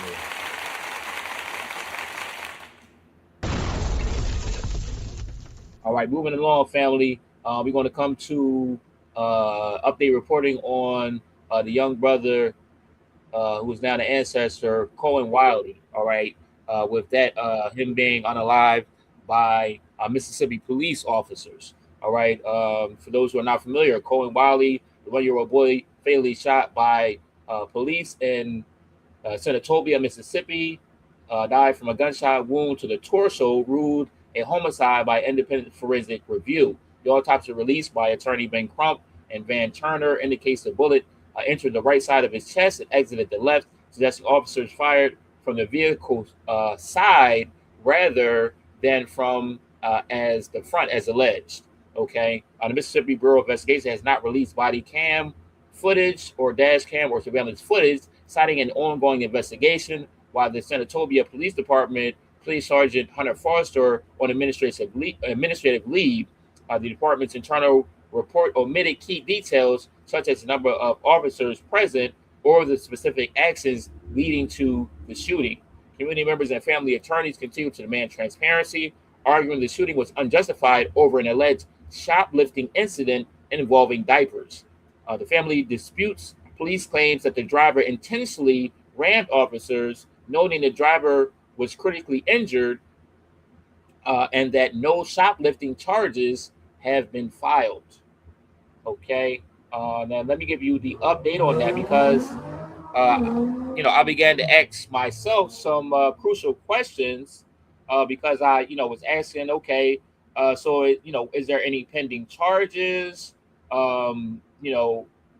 As far as this case is concerned, and was there any updates on that? And so the report that I got back, let me see, here it is here.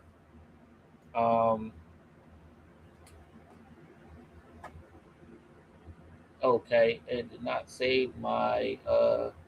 All right, but I'll get into that really quickly. No charges have been found or filed. Let me see.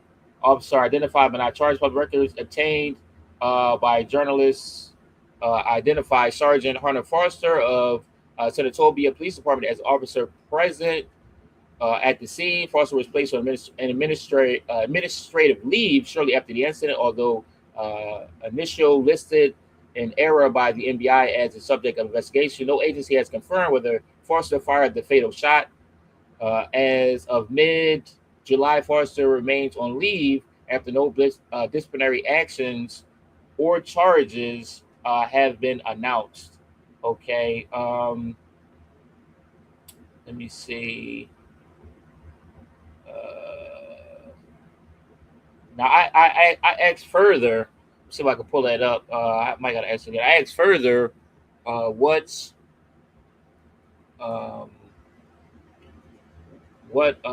constituted being able to fire for an officer to be able to fire live rounds into a moving vehicle, because they were saying that it wasn't seen as he violated any protocols. So I asked, what were the protocols? I'm not even an attorney, right? I was like, okay, so what are the protocols for firing shots into a moving vehicle with possible innocent bystanders and also in public? And the results came back saying that. So I asked, what was the procedure? And the procedure actually came back as is under only extenuating circumstances where an officer is allowed to fire at a moving vehicle, and especially in a public place and setting, and that being an imminent threat and danger of his life by something other than the vehicle itself. Okay, this was the report. All right, and the procedure is for the officer to evade, to get out of the way of the moving vehicle, right? And so just with that alone, there are several violations. The officer should not have shot in the first place. First of all, the officer should have moved out of the way, right? Because that is procedure. And if there was a threat of imminent danger, the only way that the caveat with that is, the officer can then begin to open fire if he is in danger of bodily harm, injury, or death by something other than the vehicle itself, which is with the claim of why he fired in the first place. Because he thought he was in danger of getting hit with the vehicle, like he couldn't get out the way. And even that report was denied. That the driver was not actively trying to, or he wasn't in the pathway of the vehicle, and that it kind of further this recent report that was just given kind of further gives indication of that, because it indicates that the vehicle was struck from the side, meaning he was already out of the way, even if the vehicle was coming toward him. All right, family. So this is again why it's important for us to do our due diligence, for us to do this reporting, independent investigative reporting, and follow up, so we can make sure we have the facts for these cases. All right, and be able to push the envelope even further. Okay. With that being said, let me come over to the Ethereal journalist for any additions on this matter. No, I don't have anything, Brother Lumumba. Okay. Let me come over to Brother Pollinator.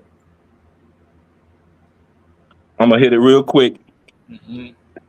We have 18,000 police districts or law enforcement entities around this country, which was structured after, as we know, the runaway slave patrols that started during the slavery times. During those times, they were given the authority and executive power to be judge, jury, and executioner. Some of these police districts of the 18,000 that still exist as part of keeping us under control, mainly us, are still judge, jury, and executioner. And we're going to continue to see that, because the laws of this land are not structured to give us any rights, but to give the police force more rights to be that judge, jury, and executioner. So therefore, what are we talking about here now? This is the same things that's been going on for over a century, right before slavery, during the slave times, because that's what we have right now. We're still in war. We're still at war, to be honest with you. And I always say we're not of just being mentally or emotionally or even physically enslaved. We are still at war, and all that war encompasses their rights as a force to be that judge, jury, and executioner. So with that being said, ain't nothing new under that sun. I yield. All right. Thank you for that addition, Brother Pollinator. Okay, and I do have that pulled up. Let me share that really quickly. Let me just share that really quickly so we can move forward, family. All right, so from my perspective, this looks like an open and shut case. It looks like the officer should have been brought up under these charges. Okay, let's take a look at this really quickly. Let me blow that up a little bit just to so everyone can see. Mississippi standards for firing and moving vehicles. Under Mississippi law, typical department policies, officers are generally prohibited from firing at or from a moving vehicle unless specific extended circumstances exist. The San Antonio Police Department policy obtained following the Cohen shooting explicitly instructs officers that bullets rarely stop a moving vehicle, and that discharging a firearm in such scenarios endangers innocent bystanders. Legal justification requirements. For an officer to legally fire into a moving vehicle in Mississippi, the following conditions typically must be met: imminent threat of death or serious bodily injury. The officer must have probable cause to believe the vehicle possesses an immediate threat of death or serious physical injury to the officer or third party. The vehicle itself must be used as a deadly weapon. All right. No reasonable alternative to deadly force is permitted only when no other reasonable means of force exists to avert the threat. Police emphasize officers should attempt to move out of the path of an approaching vehicle rather than shooting. All right. Officers are mandated to evaluate their surroundings and ensure that innocent persons will not be injured. Firing solely to prevent escape or disabling a fleeing vehicle is generally prohibited if the occupant does not pose an immediate deadly threat. Let me stop my screen share there. Okay. All right, family. Just to give y'all some further context into that story. All right. From these reports, this shooting was in no way justified. I mean, not that we believe that it was in the first place, but to have some factual evidence and policies to support that is always good. All right, moving forward, we're going to revisit the case of our brother Nolan, who was unalive recently as well. All right, let's get a quick glimpse of the story here. All right, let me share my screen. See where my time is at. Okay. Let me share my screen here. Okay. Here in the state of Mississippi, we have launched a movement called Operation No Way. You may be asking me, what is Operation No Way? Well, I'll tell you what is Operation No Way. We, the Black community, have decided to take matters into our own hands. As Black, Brown, and African Americans here, we can no longer trust the government to handle things for us. We can no longer trust the law enforcement to do what is right. So we will take matters into our own hands, protect ourselves and our children in a legal way that's peaceable unto all. And that way is right now, as we're speaking, 75% of the Black, Brown, and African Americans here in the state of Mississippi that has a 21-year-old son or daughter or older that is eligible to receive a permit and license to carry concealed gun or weapon here in the state. We're in the process of doing that right now. Right now, we're in the process of picking up our children from college campuses and starting paperwork as you and I are watching and talking in this video right now. As you and I are talking right now, this is what is taking place. Right now, Bass Pro is selling out of guns. Right now, Walmart is selling out of guns. Right now, the gun ranges are filled with people right now that's practicing because we can no longer afford for our sons and daughters to go out unprotected. Not only do we believe in God and have faith in God and we walking right, we sure enough gonna walk armed this time. Not only will we have the shield of faith, the sword of the spirit, we're gonna have a gun on our hip just to make sure as we're walking with our feet shod the preparation of the gospel of peace among our citizens, we're gonna make sure we carry us a peace so we can protect our peace as it pertains to our family. So that's what's taking place here in Mississippi. And we're All right, let me stop my screen share there, family. Now this was in lieu of uh, the unaliving of Nolan Wells. All right. Um, so yeah, let me come to the Ethereal journalist for the additions on this. Let me just add in really quickly.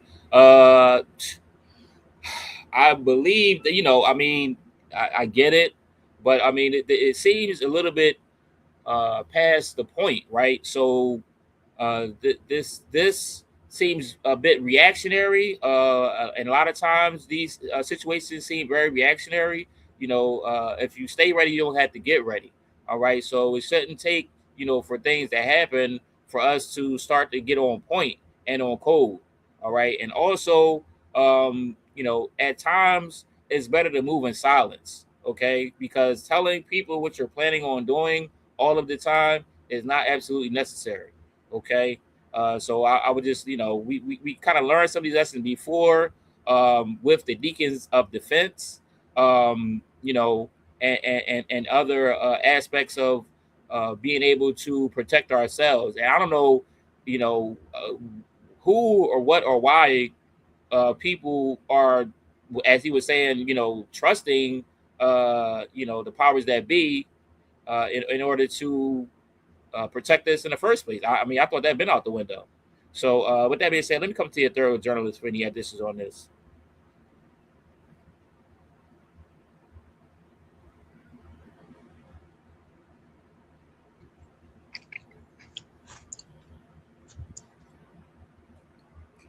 All right, let me keep it moving. Um, Moving on to the next story. Oh no, let me come to this other aspect of this story. All right, for the funeral. Okay, on this report.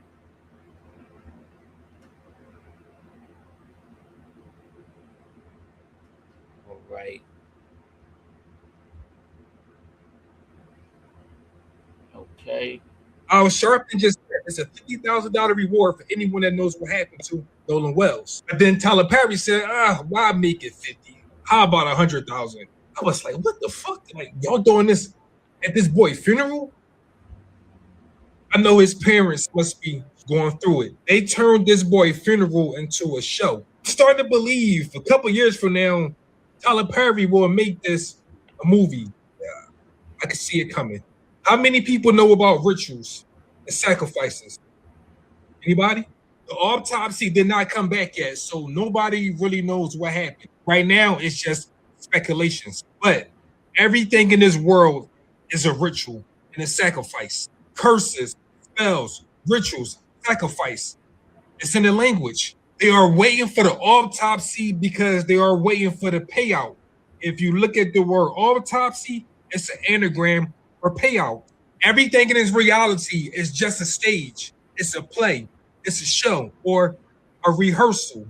When people die, they put their body in a hearse. If you look at the word rehearsal, the word hearse is in it. When our loved ones pass away, it's pain, it's sorrow. But if you look at the word funeral, the first three letters is fun. Can someone please tell me what's fun about a funeral? Not only that, people wear all black. When you wear all black, you are doing a ritual to death. The word black means mystery, unknown, unseen, subconscious. Just as the universe began in darkness, a seed will also grow in darkness. Protection and grounding. Black absorbs energy, both negative and positive, and use it as a shield. The color black also represents death, mourning, ending, mourning, like good morning, but it's also connected to power, authority, and death. Remember, this life is a stage. It's a play. And when someone write out a story, they are called the author. The author is the only one with authority.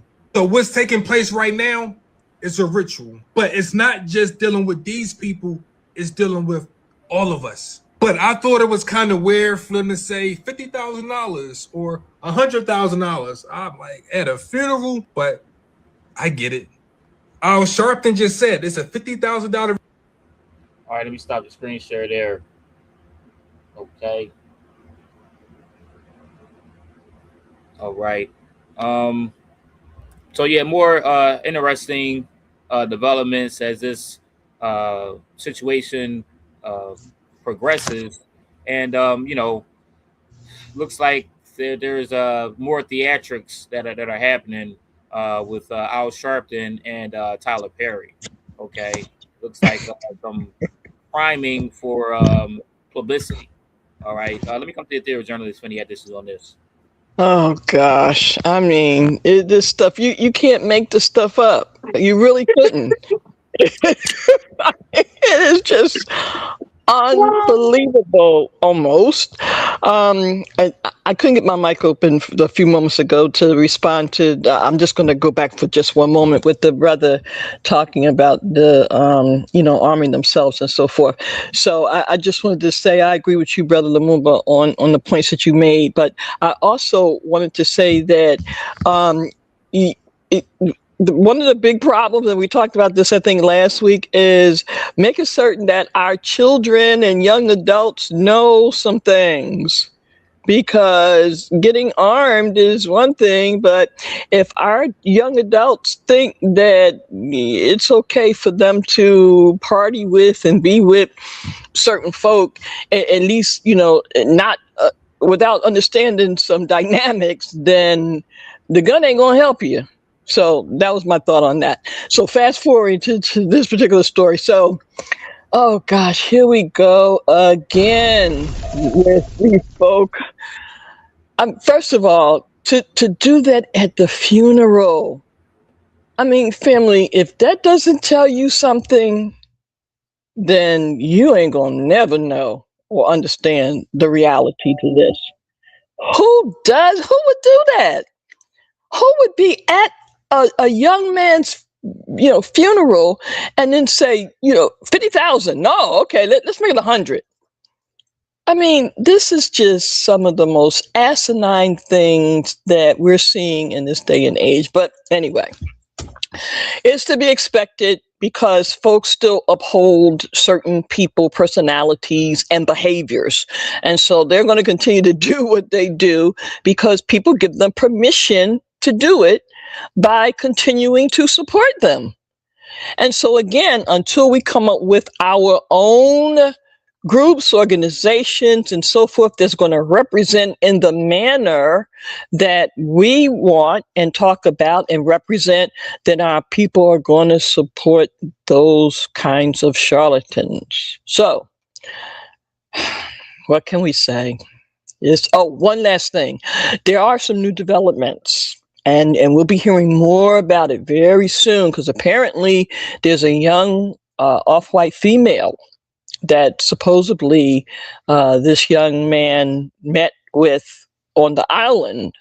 And the story that she's telling in comparison to the story that the three off-white males are telling is very different. So keep your ears open because this is getting ready to get real interesting. All right. I mean, this is publicity stunts at its finest at the expense of a young man's life. Throwing dollar signs up and raising, a reward money at a funeral from 50 to 100 G's.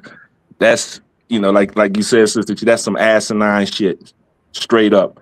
But we know what kind of people the ones that come and they are ambulance chasing these cases, and they want the spectacle of the allure of the publicity that gets them, actually more into the public spotlight for situations. And it's funny because, normally Benjamin Crump only messes with cases that deal with police shootings because he could come in as the checkmate man, put a move on them or two, and before you know it, they settle out of court and he gets paid.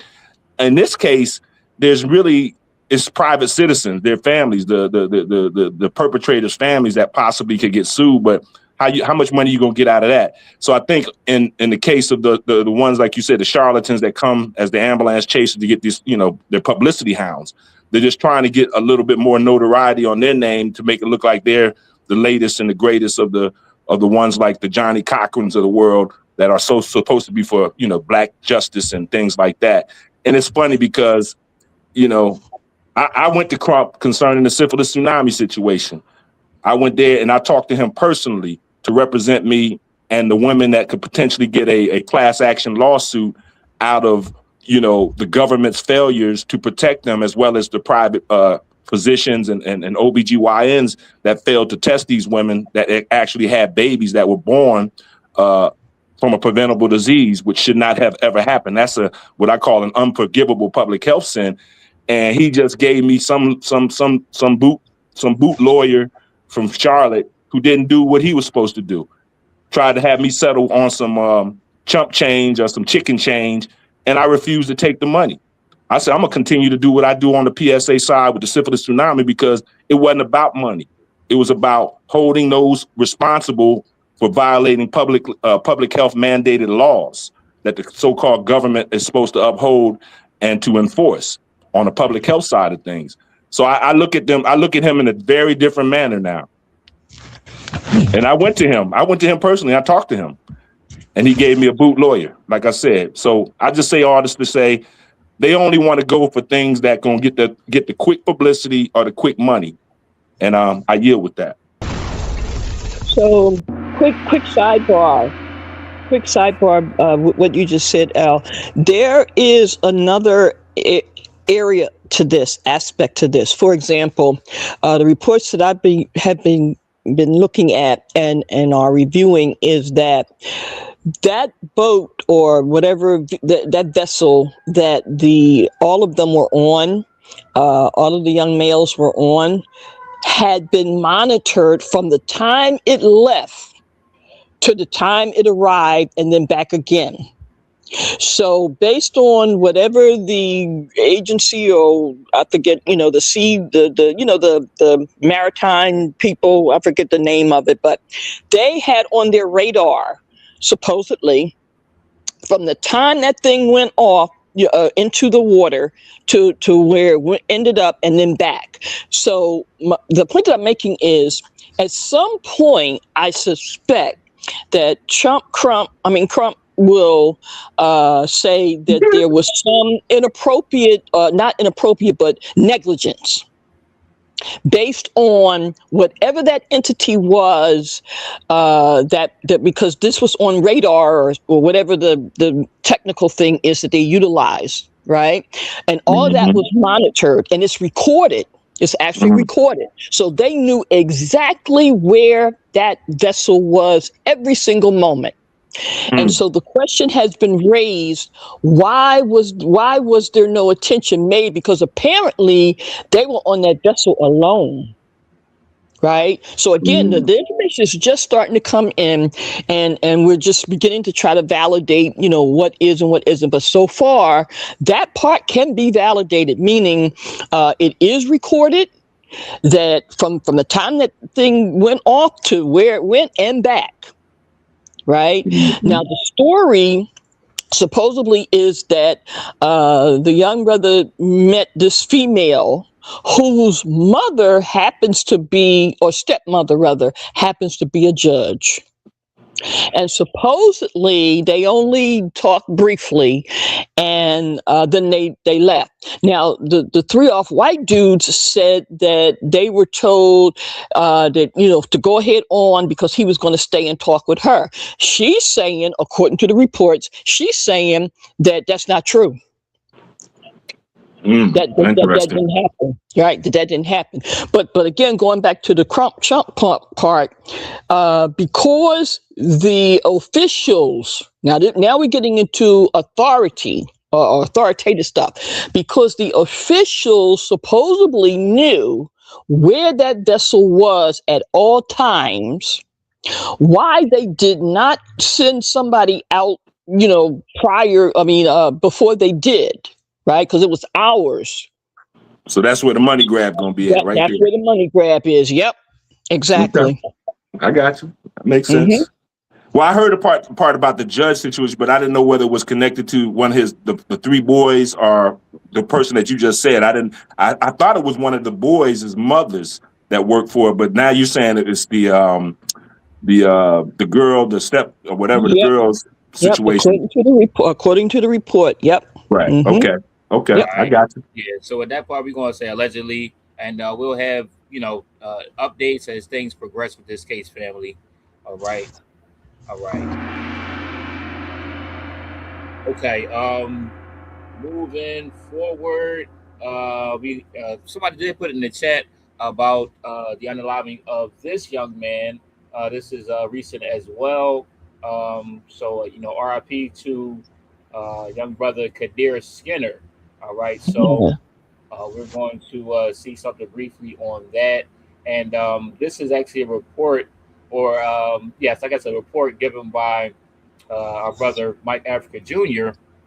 But I also, of course, had to do some follow-up research into the case and what actually was going on and happening. So I think it's important to have full context of these stories. So I'll get to that as well, because everything has to be factored in. All right, let's let it rock. Find a new way to protest. Rest in peace, Kadir Skinner. I was at the demonstration yesterday against the Wilmington Police Department. 19 years old, had his hands up, and he was on his knees. They shot him, they emptied their clip in his back, and then you know what they did? They handcuffed him and threw him in a paddy wagon. The police that did it, they haven't been arrested. They're not in an orange jumpsuit. They haven't even been fired. People need to learn a different way to protest, because marching and rallying ain't effective. You could sue the city. Ben Crump could come to town and he could find a loophole that allows the family of the victims to get a few $1 million. It don't matter how much money you get, can't bring back your son. The protests that people are having are not effective. They don't care about you going up, gathering by the thousands and showing up and making videos and talking about it. People got to find another way to protest, a way that's effective to put some pressure on these folks to stop the killings of our young black men and women in these streets. We got to find a new way to protest. We got to find a new way to protest. All right, let's stop the screen share there. I'm going to play the follow-up clip and then come back to the Ethereal journalist for additions on this. We want to kind of focus on the case. There's going to be a larger conversation on finding a new way to protest. All right, and we'll get into that at another time. But just I definitely want to touch base on some of the information that we're learning, and perhaps even that new way to protest and other. Surgically we could have that conversation, but on some other levels, some of these things need to be happening offline, right? We talked about certain aspects of strategic organizing and demonstration and so on and so forth. Those things are going to have to be done, in closed chambers, all right, amongst ourselves, and folks will see what the response is when we actually activate. All right, so let me come to this other clip, and let's see what's going on. Further context with this case. The family of Kadir Skinner, a 19-year-old fatally shot by a police officer in Wilmington, Delaware last month, is now calling for criminal charges after the release of body camera footage they say contradicts police accounts of the shooting. What we saw and what we witnessed was an unjustified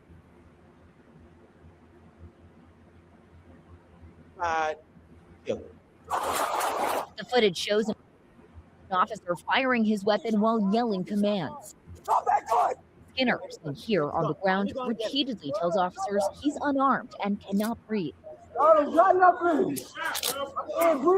Video from another body camera appears to show an officer picking something up from the grass nearby. Police later said they recovered a loaded gun from the scene. I have it. Regardless if he had a gun or not, he still was shot in the back when the police not having been a threat. Police have said that Skinner came out of a home waving a gun at a crowd before officers opened fire. The video that I saw, I didn't see a crowd and I didn't see Kadir coming out of a residence. I did not see a crowd and I did not see Kadir point a firearm at a crowd. The family says Skinner was running from a dog. The family has also questioned why it took officers more than 2.5 minutes to put him in a police vehicle and take him to the hospital where he died. State officials say the investigation. All right. So that investigation is still underway. Let me come back to the Ethereal journalist on this. All right. Any additions? I wonder if he's going to try to have Ben Crump come in and be the closer or the checkmate man. Seems like that lawyer has his stuff pretty much together where he don't need the extra sort of like hoopla and publicity, whatever that Attorney Crump sort of brings to the play. I hope he keeps it within the Wilmington, Delaware area, because Crump is all over the place right now.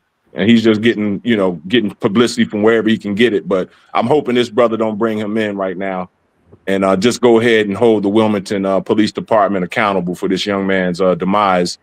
And I just, it's sickening, man. I'm so sick and tired of seeing all these different situations that continue to escalate. You would think by now we wouldn't be the main target for America because we got all these other problems going on with wars and and disasters and things like that. But we still, like Rock said in what was that? What movie you would say? We are the prey.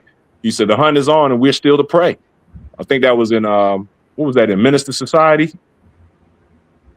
That he said that. The guy that played Rock, Charles Dutton, said that. I think we still the hunt is still on and we're still the prey. So I just hope that the targets continue to I want them to lessen because it just keeps us distracted with all this stuff.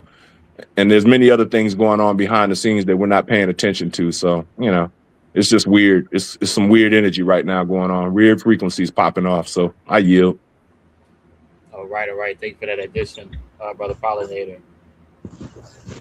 So for me, again, if if you watch things carefully, what you begin to see, if certain types of changes does not happen, meaning if a people in particular do not do the kinds of things that is necessary to further and advance their freedom, justice, and so forth, then various things will just continue. And it will manifest again. So I'm referring to, take a good look at the 1960s, because right now is kind of another glimpse of the 1960s. With the exception of the rebellions, but in terms of the police, this is how the rebellions really came about. By the way, a lot of them is because of what the police was doing all over the country. Between that and the extreme racism, that's what caused the so-called rebellions in Detroit, Philadelphia, California, Watts. And so again, we are really kind of reliving or re-seeing some things, upgraded, of course, but still, because we have not done what it was that Brother Malcolm and others told us we need to do. We keep believing that this system is going to change some laws and change their ways, and then we fall for it for a hot minute, and then they show themselves again. And then we go right back to the same behaviors, because we will not create our own whatever it is that needs to be developed, like other people do and have done. And so here we are again in 2020 something, reviewing, or shall we say reliving, an era, a time period where they offed us on, at random at any time, over and over and over. And we're seeing the same things today. So, again, I can't keep commenting on some of these stories, or rather I won't, because, at some point, we have to begin to deal with what it is we're actually going to do and develop. And it can't just be some conversation stuff, because that's been going on for 50, 60 years. Right. So again, this is just going to continue. We're seeing schools are being closed here in Philadelphia and Chicago and other locations. That is going to create a whole different kind of, shall we say, with our youth and young adults, that's going to create a whole nother thing in a minute. And we're letting it, we're seeing it unfold right before our eyes. You see, and so, like I was saying, judgment is coming, but yeah, I agree. It's going to be coming on some folk that look like us, because we are allowing this, some of it, it's happening because it is the system, period. But some of this stuff we are allowing. Well, like the good brother from Philly, Marquise Taylor, said in that one video, well, he's AKA King Guy, the brother from Philly, our good brother from Philly. These are rituals. And see, when you have a ritual, you have a agenda, you have an end game, or you want an outcome. And when you have anger involved with these rituals, meaning we're angry right now because of what's happening to our young men and our women, that keeps us at the root chakra level, where that's an emotional response or reactionary level, which that's how they harvest your energy. Keep you at that low level, that low frequency vibration, that root chakra level, and have people angry so that they can pretty much siphon your energy. Because this is what the matrix does. This is what these archons and the ones that established the lower dimensional, low frequency energies that they're trying to extract from our emotional reactions. And that's all we're doing. We're almost participants in these rituals or these sacrifices. And behind the curtains, we know the Wizard of Oz is controlling everything. He throwing all these shiny objects out there for you to doggone focus your attention and divert your attention to, while they got all these other plots, plans, and schemes going on behind the scenes that they have yet to reveal, But trust me, when you see these things ramping up like they're doing, something major is getting ready to happen. And we just need to be prepared. So don't be scared. Be prepared. I yield.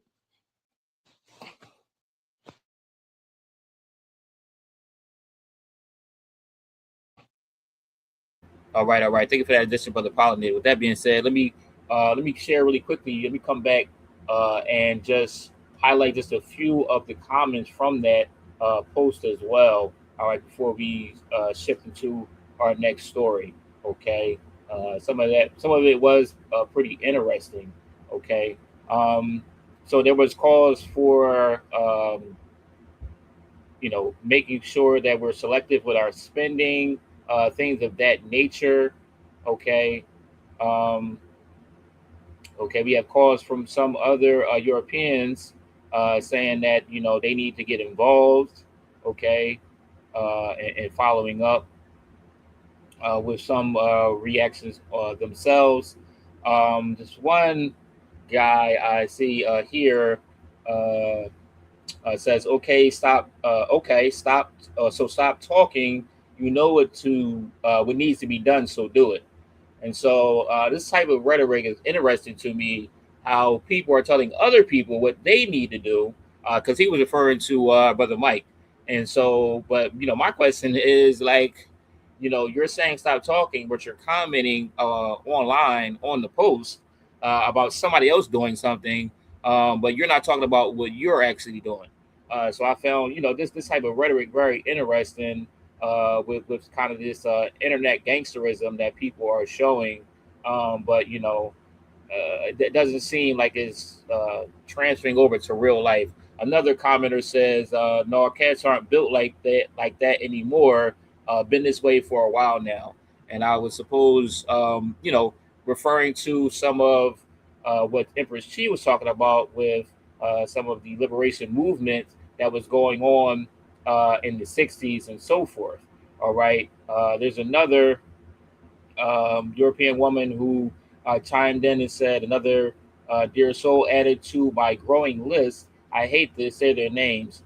She proceeded to have a listing, if you can see on the side here, of 107 individuals, so black and brown people who were unalived by the police. All right. So this is one of I've seen this type of listing before, but this is one of the most extensive listings that I've seen. Okay. And then she has their actual last words, on this comment thread. Sonia Massey, okay, I'm sorry. George Floyd, I can't breathe. Eric Garner, I can't breathe. Michael Brown, I don't have a gun. Stop shooting. Philando Castile, I wasn't reaching for it. So on and so forth. Okay, 107. All right. Let me see. So I hear some people saying sue or see some people saying sue the police department for lynching black people. I really think we need to be much more selective with our dollars. The one color they respect is green.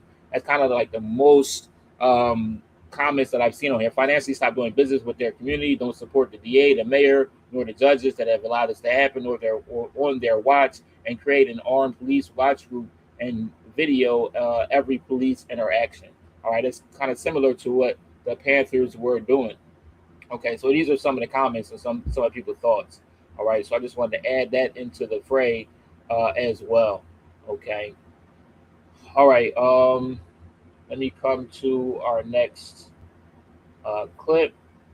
Now, this is speaking of Europeans taking some sort of accountability for their kind of behavior and culture, hate, animosity, bias, and prejudice. We're going to come to another video that has been pretty sweeping across the internet. Okay. I got a comment also by Baba Akil, reiterating also what Sister Empress was saying, talking about the quote from our dear ancestor, our shining black prince, Malcolm El Hasmik El Shabazz, with the quote of "by any means necessary," okay, and the right to defend ourselves, all right, against Yeah, violent shout out to brother Baba Akil. Where's he chiming in from? He's signing in for Facebook.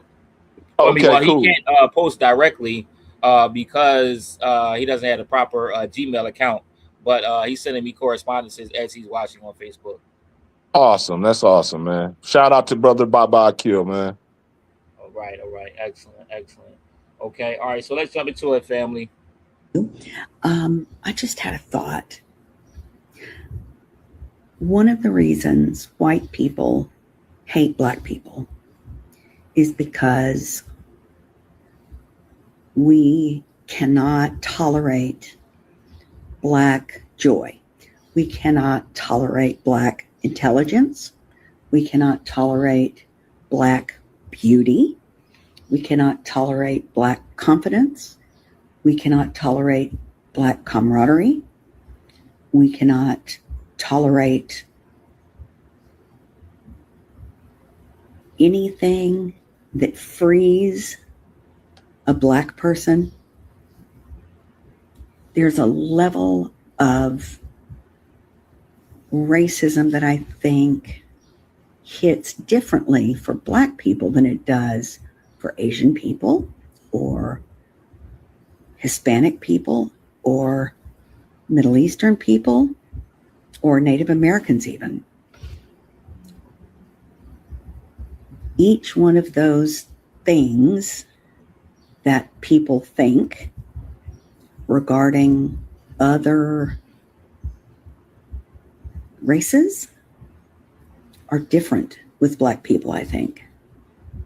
Because again, we don't like black people to be educated. We don't like them to be successful. We don't want black judges. We don't want anything for black people that doesn't directly affect and entertain us. So we can have a black nanny. We can have a black house cleaner. We can have a black teacher. We can have a black coach. We can have black players. But only for the specific things that we feel comfortable with. I think about all those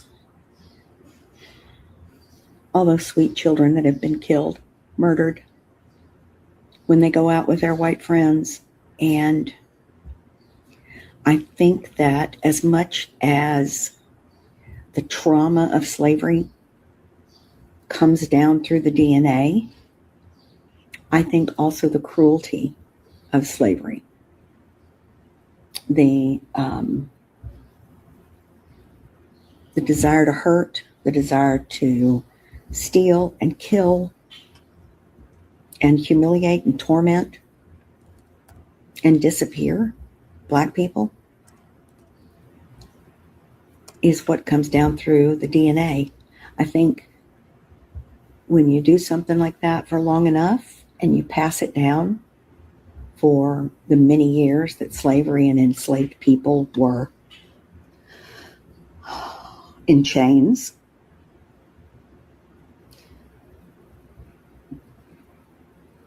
that is an instinct with us, cruelty. And I think you can see it in many videos. All the white women and white men that are telling black kids and black families to get the hell out of here, you don't belong. We just don't want you to have more than us, honey. We just don't want you to be prettier. We don't want you to be the beauty standard. We don't want you to be judges or anything like that. We want you to be below us, beneath us. And we've tried so hard to keep you down, and we failed so badly. Because like Maya Angelou said, still you rise. We may hate you, we may beat you, we may do those things, and it makes us crazy that you keep coming back and getting better. We can't stand it. I don't know why that is. I think I heard somebody say that white people are the ones that have the ancestors that were closely related to the apes. And I believe that. We are so similar to Cro-Magnon man Neanderthals, we're fucking pale monsters.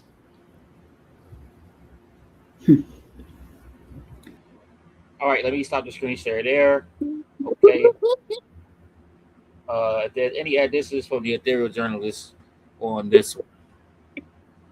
All right, we got some Caucasian folks saying the quiet part out loud. I'm starting.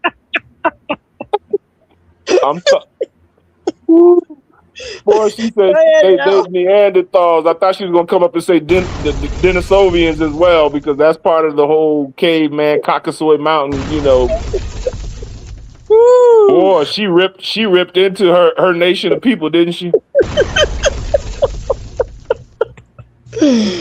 Oh gosh, man, I was cracking. I had to put my mic on, what's your name, on mute, because I was cracking up as she was talking, boy. Goodness.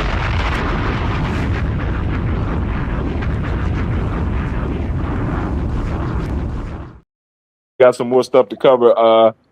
I'm starting to see a lot more coming to the knowledge of the truth on their own way. And I always say we were meant to rule not just our own nation of people, but also other nations of people to respect, because we are the ones that set the examples, because we were the first to create civilizations. And we would, and they have to sooner or later recognize that we are the ones that are going to bring righteousness, justice, balance, harmony. All of the things of Ma'at are the universal principles and laws that we come from. So it's good to see some of them are starting to come to the knowledge of the truth, because that's where we're in now. We're in the year of revelation, and it's going to be the year of revelation until all this madness comes to some kind of end game or outcome. So it's good to see that. I'm gonna give her kudos for ripping into her people and telling the truth, though. Woo-wee. Well, you know, I call people like that off-white female, I call them John Brown cousins. So she's representing John Brown cousins.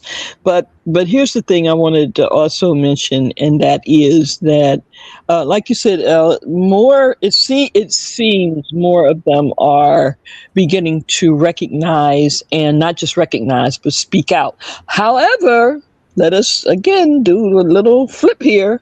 So let's take a good look at the 1960s, because you do remember a whole bunch of folks stepped up and started, talking about civil rights for black folks and all that. I mean, come on now, the March on Washington and all that whole thing. So that was a whole bunch of white folks too. Mm-hmm. So I'm saying, we keep getting just gotta, what did Malcolm call it? Anyway, we keep falling for this stuff, and it just keeps going over and over and over and over. But the one thing too that I wanted to point out is that what you said, El, is very important, but I'm going to put it in a different context, and it is this. So one of the things that it has been surmised by some of our people, some of our scholars and professionals that think in a certain kind of manner, and that is that one of the reasons why those people tend to hate us in the way that they do is because we do in fact embrace and represent a certain level of, if not divineness, righteousness, an element of just being, and so they're the complete opposite. So the hatred, some of the hatred that they demonstrate and exhibit towards us is the response, the psychological response, because this is the opposite of them. And so the way things are structured in nature, unfortunately, is the opposite of something when it comes to certain types of order. This is the immediate response, to destroy it, or the tribe to destroy it. You see? That's more like the animal instinct of things, right? So that's what we're really dealing with, and we keep putting it in the context of we think we're dealing with human beings in a certain kind of manner, and I'm not saying that folks are not, if you want to call it that, but at the same time, we do know that there are different types of beings, human and otherwise. Therefore, what they do and how they do it is going to vary. It's going to be different. And so these are some of the things that we are blessed now today to kind of create some kind of rationalization and assessment of, and stop lumping it all in the same thing. There are degrees to some of this. Some of it is a little more extreme than others, but primarily it is what it is. And that is the total disdainment, hatred, etc. of us because of what we represent. Well, would you say, Sister Empress Chi, because I know, we from Philly and we know the Quakers did a lot of great abolitionist work on behalf of, anti-slavery movements and things like that. Do you think that there's more of them that are coming up, or has the Quakers even stood up to all this madness? Because they were pretty much the first ones that created societies that were against some of the injustices that were created by enslavement of our people, our nation. What would you think about that? Well, again, I'm going to answer that briefly, and we're going to dive into it at another time. But before I answer that question, I want to say this. This is why also you hit on something very important, and we're going to go down this rabbit hole at another time. The Quakers, because, for those who are familiar with Philly, it's actually called the Quaker City. All right. The city of brotherly love is a Quaker thing, right?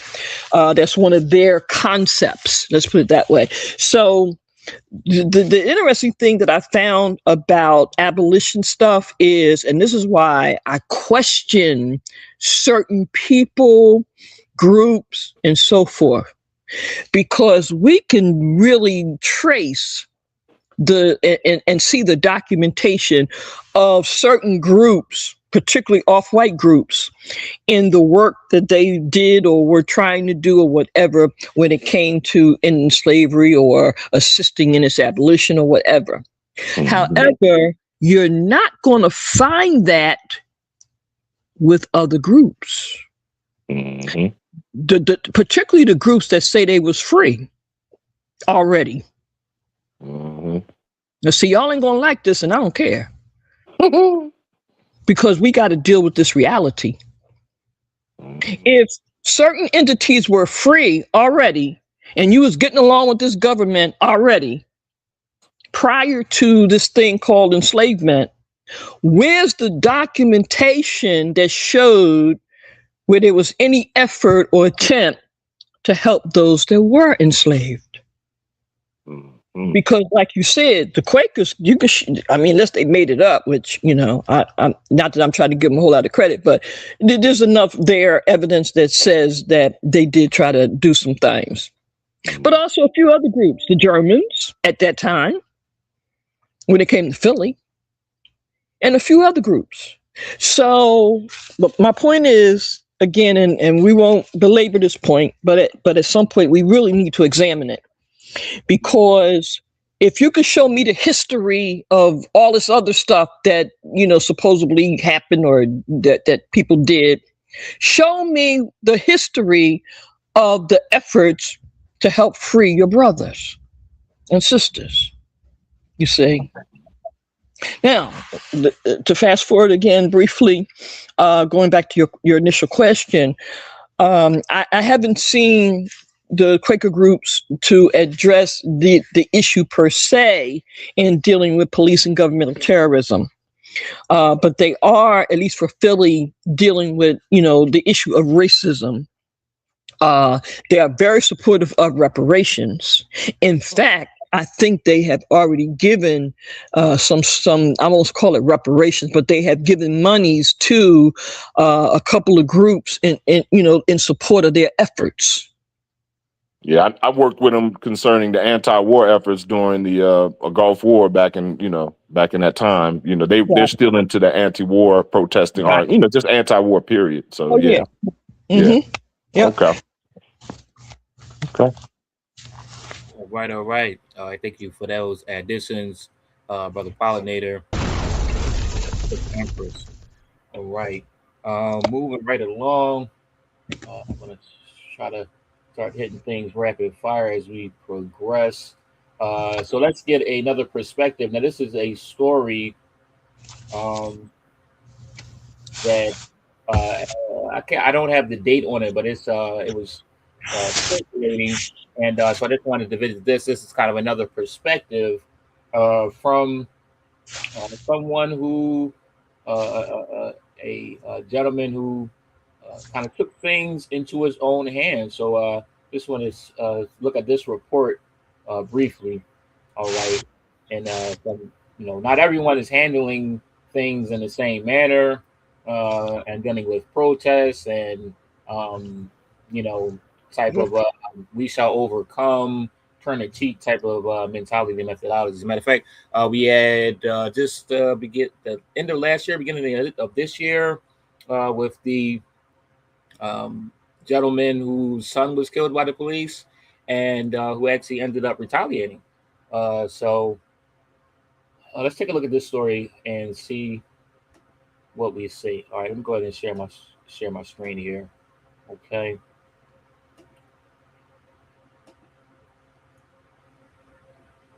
All right. So the caption here says police unalived his deaf brother, so he took matters into his own hands. Okay. On the street, now mind you, my brother Marcus, he's deaf. He's coming back with the sandwiches. These cops pull out a gun. Motherfuckers, man.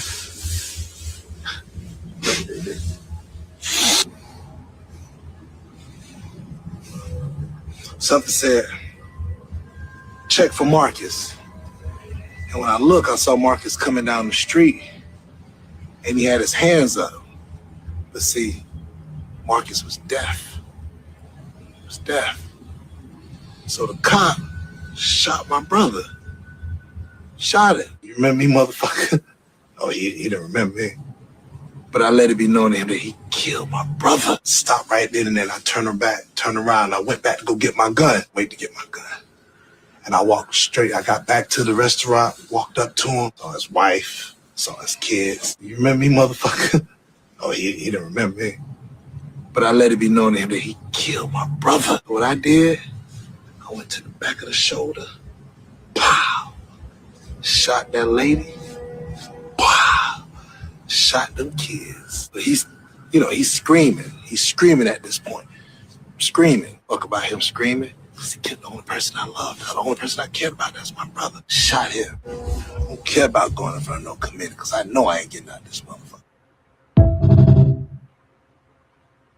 Well, interesting story there, family. And so I would say just another perspective. All right. And again, not all folks are going to, just taking this stuff lying down. So, in order to avoid, powder keg situations, I think it's in everybody's best interest to actually show and demonstrate individuals' humanity. Okay, on both ends. All right, those of the aggressors and those of the defenders to show their humanity, because when that isn't shown, then folks can get other than. All right, so let me come to the Ethereal journalist for this before we move on. Well, yeah, that just got real. I mean, what's the brother's name that that we covered last year that went and I think he ran over he took the police officer's son or family member after the police officer took his son. Remember, I don't even remember his name. No, that's what I was just mentioning. He took out a random officer. Yeah. Okay. Yeah. I mean, I relate this to a story in the ancient scrolls and the scriptures and I'm gonna say this real quick. There was a Hebrew Israelite brother, Shemitic black carbonated brother named Phineas, Phineas. He had to stave off a scourge of 24,000 of the Hebrews that were getting wiped out because of them going in and having relations with the local pagan people, the Midianites, they called them. So in order to stave off the plague that had already killed 24,000 of the Hebrew people at that time, he went and took a spear and put it between one of the Hebrew blacks that was one of his people, as well as the Midianite woman that was having intercourse with him at the time. And he put the spear through both of them. And at that time, it stopped the plague that had already killed 24,000 of the Hebrews at that time. So I say that to say, sometimes acts like this will create a reason for the universe to say, now that you've taken the right action concerning taking out this thing so that you can stop, number one, the things that had came upon the nation because they were being disobedient and rebellious against the law of not messing with the pagan nations at that time, which were at the time with the Midianites, that Phinehas took that spear and put it through the Midianite woman and the Hebrew black man. So I say that to say, sometimes within the history of our people, whether you come from those bloodlines or lineages or the Hamites or whomever that are of the carbonated, melanated thing, we have to take certain actions because those actions will stop a certain thing from continuing to happen. Now, I'm not saying going to that extreme, but when those brothers did what they did because of what they did to the police officer and his family, or the brother that we talked about in previous shows, these are some of the actions that we have to take note of, because those people had enough courage to say, I'm not taking this no more. And they were willing to execute whatever you want to call it, revenge, vengeance, or avenge their family member.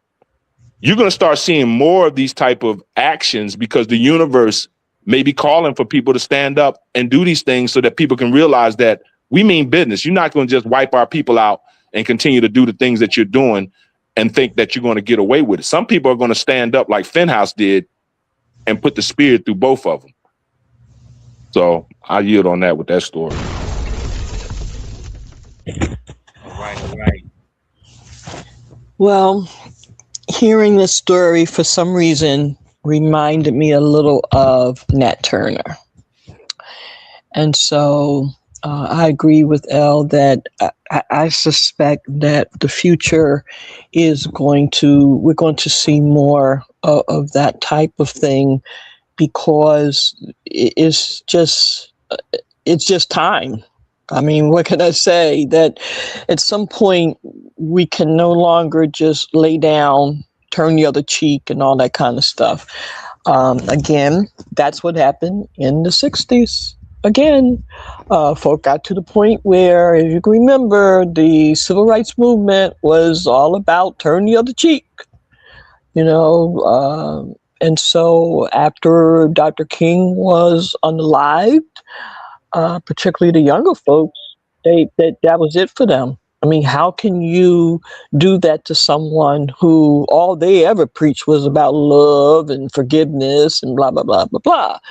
And so for some folk, that was the last straw. That was it, because it was pretty obvious that no matter what you do, particularly when you think you're doing the right thing, it doesn't matter. It really doesn't. That was crystal clear.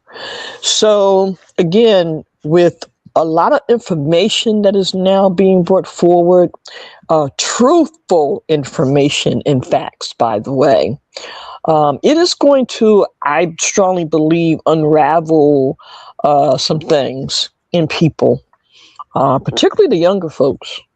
And as a result, things that people have allowed for whatever reason to happen in these past years, these past decades, it's not going to continue like that. There's going to be a response. Now that's a double-edged sword. That's a double-edged sword, because the system is also banking on that too. They kind of know that at some point people are going to get fed up. And they're going to be prepared because they learned from the 60s. And this is why gentrification right now is the way it is, because they've got certain areas already on lockdown. So that's right. So be real clear. They know that at some point this is going to get a little somewhere else, and they have already prepared for that. So that's a conversation for another time as well. But some food for thought for now. Indeed. I say. All Yeah. right. Baba Kill tapping in with the last clip or the previous clip. They can only be talking about the European woman. They can only tolerate black subservient behavior. It gives them the illusion of superiority. Also chimed in, Dr. T is cooking. Short words, gigantic points. And then lastly, by any means necessary. All right. Thank you for those additions. Let me come and share the screen. We're going to shift gears a little bit and try to go rapid fire on some of these next stories here. All right, going to talk about some aspects again with current events. We're dealing with Nanoterra, or what we call that Big Mama energy. All right. So let me come to.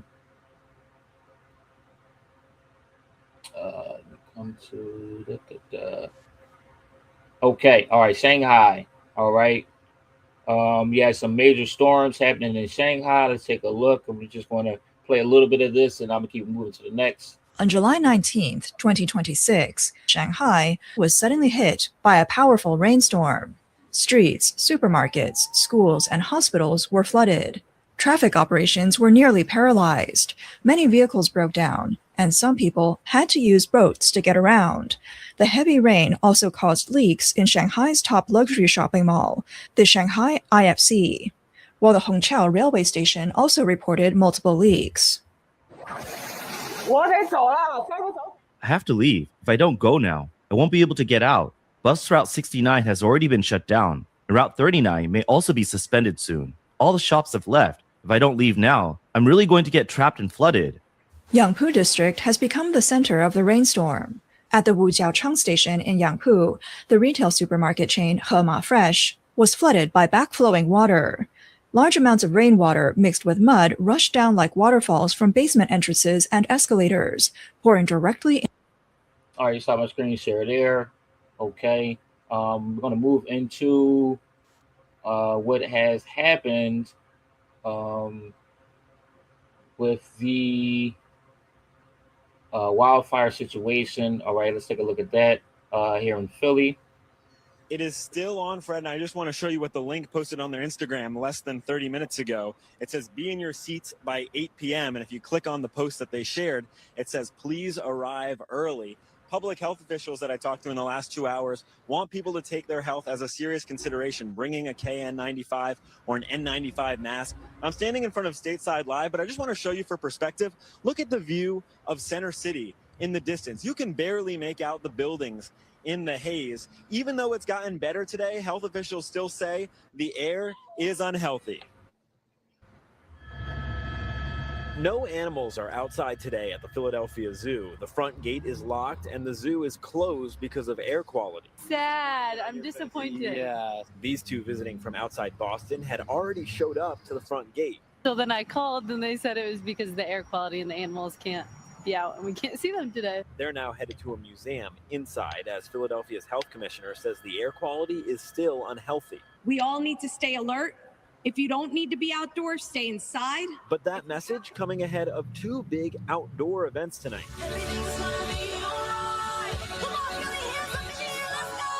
Phoebe Rexa at FIFA Fan Fest and comedian Shane Gillis at The Link. The city said they're in touch with. All right, let me stop there. Now, these are reports from a few days ago from some of the blowback of the wildfires in Canada. Okay, this is a report. Let me go moving forward because we're going to kind of talk about this in a lump sum. Let me move forward to just want to make people aware and abreast of things that are happening nationally and internationally concerning the weather. All right, so this is flooding that happened, I believe, yesterday or the day before in New York. All right, so let's take a little glimpse at that. Looks similar to Shanghai.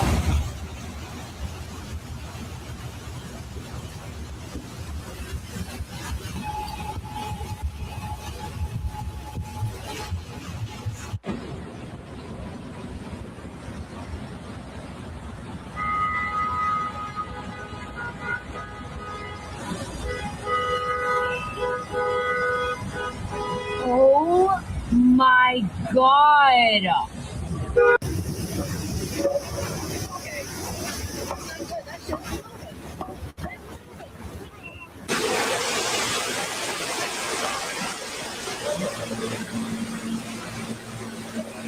No way. No way.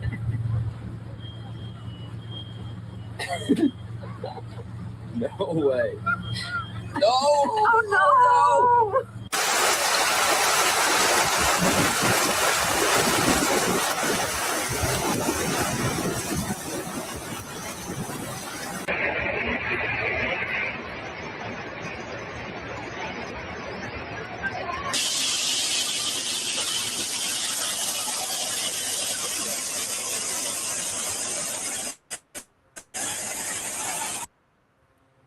All right. And also, we have a tropical storm developing, I believe, in the lower regions, the Gulf Coast. All right. So people will be mindful and aware of that. That is happening, I believe, off of Florida. All right. So let's get a briefing on that really quickly. Let me share that. Lately, in the last couple of updates, we're starting to see some deep convection starting to wrap around the center, which hadn't formed up until this point. Officials in Florida keeping a close eye on Tropical Storm Bertha. It formed Monday, spinning bands of heavy rain into the panhandle. So we're starting to see the system get a little bit better organized. Bertha is the second named storm of the 2026 Atlantic hurricane season. It's forecast to potentially hit parts of the Gulf Coast from Florida to Texas, bringing coastal flooding, heavy rain, and high winds. Some areas already feeling the impact. We left out around 6 a.m. It was actually nice and smooth. Then the wind started kicking up around 7:30. Then we started having a real hard pushing wind around 8. In Florida, emergency management officials are standing by and monitoring the storm. Meanwhile, residents in parts of Mississippi are trying to mitigate the risk of getting hit with severe weather again as they continue recovering from flooding that struck back in June. Dry air and the storm's large size have kept it from strengthening into a healthy tropical cyclone. But officials warn, don't let your guard down. We never turn our back on a system in the Gulf. If things take a turn for the worse, be ready. If not, always use any system like this as a walkthrough, as a rehearsal for when you actually have to activate. Monday afternoon, the state's Emergency Operations Center was calm. Certainly no widespread activation or any emergency. All right, so something to be abreast and aware of. They did call a code purple for the city of Philadelphia. There was some suspending of municipalities. The trash wasn't being picked up. That was pushed to the next day and things of that nature. Now, again, there's a report of millions of Americans being affected by the Canadian wildfires. All right, that has been raging for days now. But perhaps longer than that. All right, let me come to the Ethereal journalist for any additions on this. Well, you know, I always tell people that when you keep your head buried in the sand like an ostrich because of cognitive dissonance, meaning you see what's going on, but yet you still are engaged in your total, like, ruthless pursuit of life, liberty, and the pursuit of happiness. And pretty much being a part of the bread, wine, and circus. I think when you look at what happened during the COVID-19 shutdowns, I think people were so disconnected from each other, you know, interactionally wise and coming together and having to be separated, that once that thing was over, they have now went way too crazy to the point where they don't see anything but how can I have life, liberty, and a pursuit of happiness right now? I'm not going to worry about no fires. I'm not going to worry about no earthquakes. I'm not going to worry about them typhoons, these floods that's happening all over the place. And they're just totally caught up. And I think that was sort of like a psyop, because you still have people engaged in the Coliseum behavior, bread, wine, and circus. And they see all these disasters happening. They see the signs of the times, but they have cognitive dissonance to the point where I don't want to look at that. I just want to continue on surviving, and not even surviving, having fun. See, that's what the earth has been through several times in certain resets throughout the centuries. People so engaged in their behavior of just not wanting to see the signs of the times that maybe I might need to look internally at myself and try to get myself together and have knowledge of myself so I can be ready for anything that happens. But mentally, spiritually, emotionally, I can take it. But these people are so caught up in pursuing life, liberty, and the pursuit of happiness, because I think of what happened in during the COVID years and being disconnected. Now they're just overboard. They're just overdosing, just straight up ODing on not looking and paying attention to what happened today. New York's all the airports were shut down because of the storms that came through.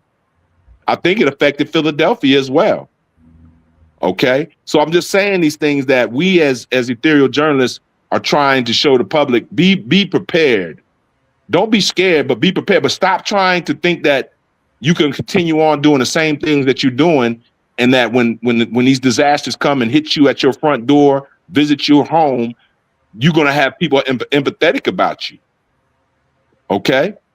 Because the bread, wine, and circus thing is in total effect to the point where the government knows people are going to still do what they do. Get on them planes, go vacationing, go to these ball games, FIFA stuff, and, you know, all the things that was going on with the World Cup. But they don't see all these disasters happening, and that there's a sign of the time that, like you said, Nana Earth is speaking to you.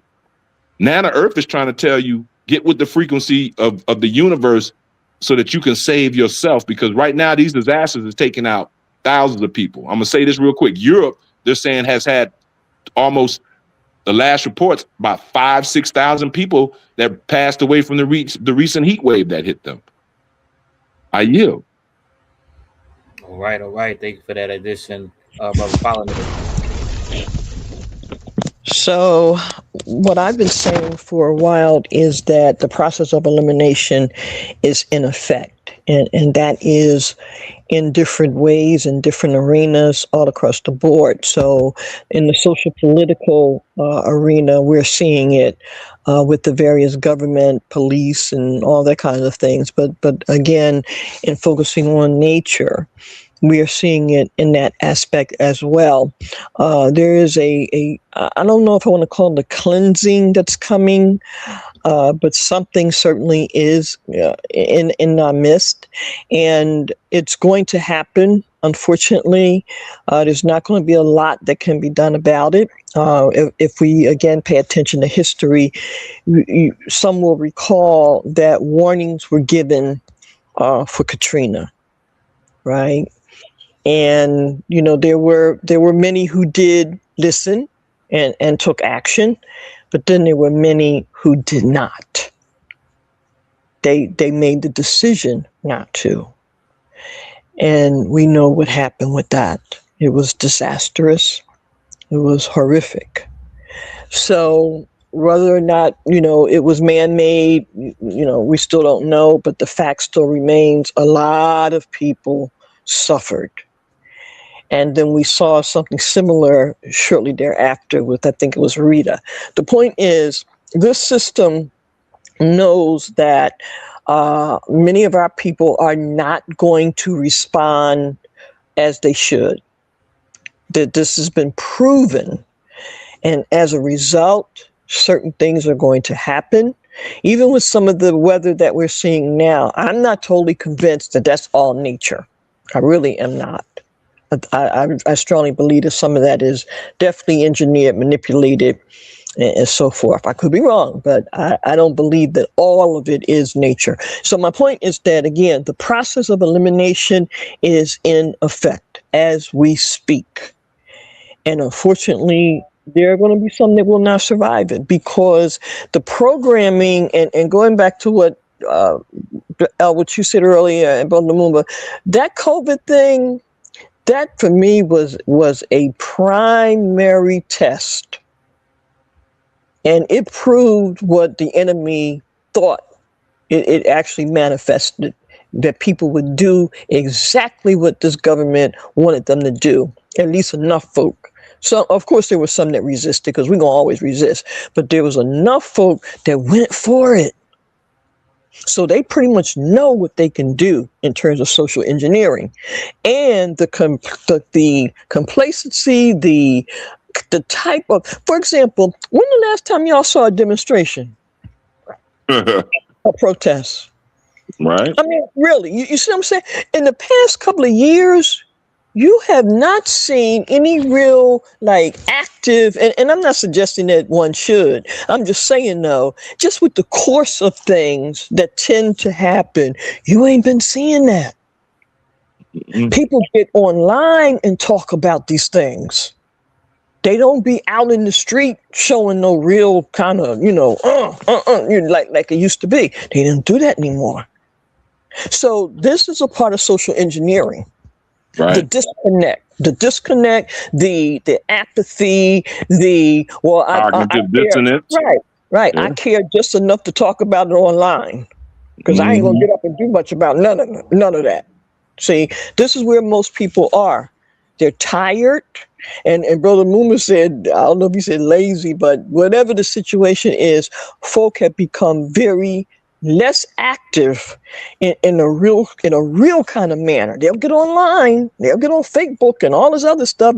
They'll do tons of videos, but the actual that folks really that got us to where we was able to be here now, they ain't doing that. So this system knows that, and so now they said ain't over till the fat lady sing. The fat lady singing, y'all. I yield. Hey, real quick, I'm gonna just say this about disasters. You know, there's a show coming out on, I don't know if it's on Prime or one of them, but it talks about the city of Pompeii, how when that volcano erupted, when they did the excavation years or centuries later, people were caught in the middle of doing regular everyday activities, like in the kitchen cooking, and that volcano smothered all of those people. See, this is what's getting ready. See, this people don't understand. These type of things are getting ready to happen again. You're gonna get caught in the middle of pursuing your everyday activity, and a disaster is gonna come and visit your front door. And this is the same playbook that the universe has always been doing when people get so complacent and so caught up in life, liberty, and the pursuit of happiness that they don't realize that disaster comes suddenly. And that's what you're starting to see now. These disasters are coming and hitting people suddenly. Look at we don't even talk about Venezuela no more, but they have over 50,000 people that have not yet been found. Already confirmed, over, I think, 3,000 or 4,000 people have been found unalive. And those people weren't expecting. They sitting up there on the 10th floor, eating their food, having a good time, might have some burritos going on. And all of a sudden they pancaked and they trying to crawl out of a doggone concrete, a friggin' building that collapsed on them. This is the kind of stuff that we got to be prepared for mentally to survive it if it happens, because the government ain't in the saving you business no more. The FEMA is broke. All these disasters that's happening around this country, from wildfires to floods, FEMA ain't got no money to bail you out. The government is out of the disaster bailout business. I yield. All right. Thank you for that addition, Sister Chi and Brother Pollinator. All right, absolutely.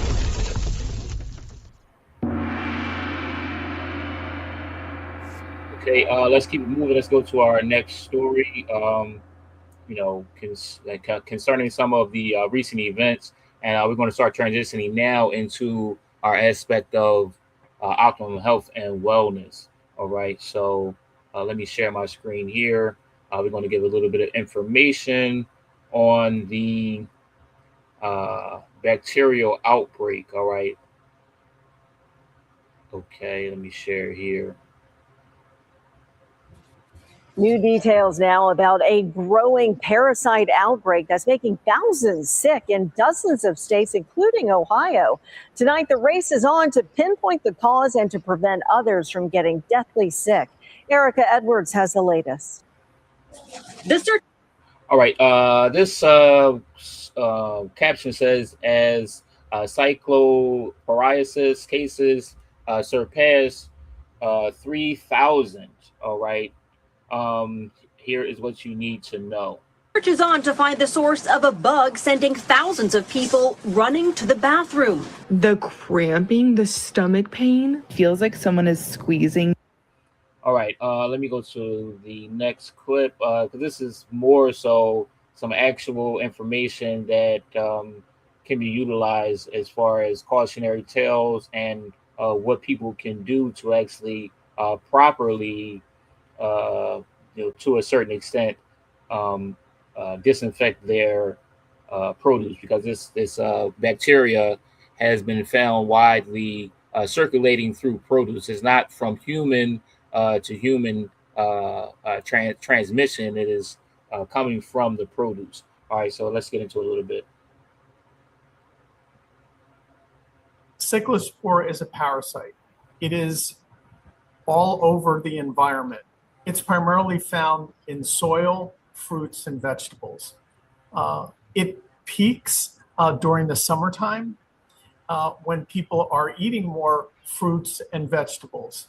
And what happens is there's a parasite in those items that gets into your body. It adheres to your gut, it matures, and then it causes a very intense watery diarrhea. Most people resolve it on their own. Some can get awfully sick and need antibiotics to clear it. There are multiple different organisms that can cause a diarrheal illness: norovirus, salmonella, shigella, campylobacter, and also cyclospora. What makes cyclospora different is that it causes an explosive diarrhea. The other organisms have different features. It could be fever, it could be bloody diarrhea or other. But cyclospora primarily is an explosive diarrhea.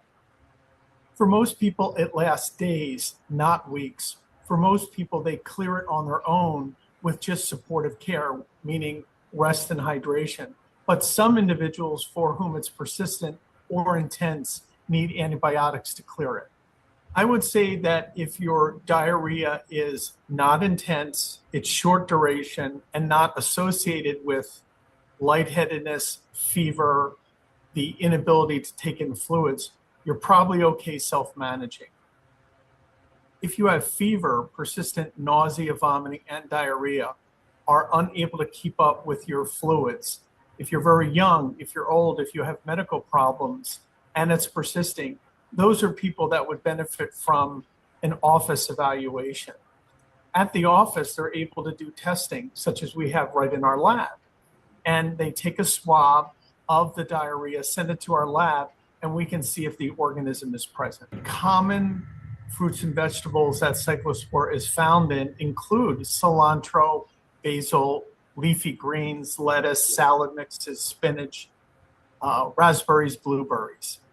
And what's a feature of all of those items is they have rough, irregular surfaces. So they're very difficult to fully clean.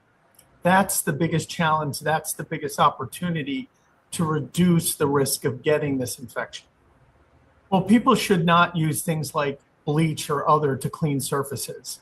What they need to do is do other than just apply running water. They need some physical context against the food items themselves to clean the surfaces. So washing very well with clean water and then manually cleaning the fruit or vegetables generally will prevent the transmission. It's not clear if it's coming from farms. It's not clear if there are other sources involved. But again, the general approach of washing it vigorously with water and then manually cleaning the food items is the best strategy that we have. There's also not human to human transmission. The way this spreads is from a person having diarrhea and some of that material getting into either food prep or food service. That's the way it can transmit. In general, the therapy is to rest and keep up with your fluids. You want to be very selective if you're using over-the-counter medication that slows the diarrhea. You don't want to retain the parasite in your system.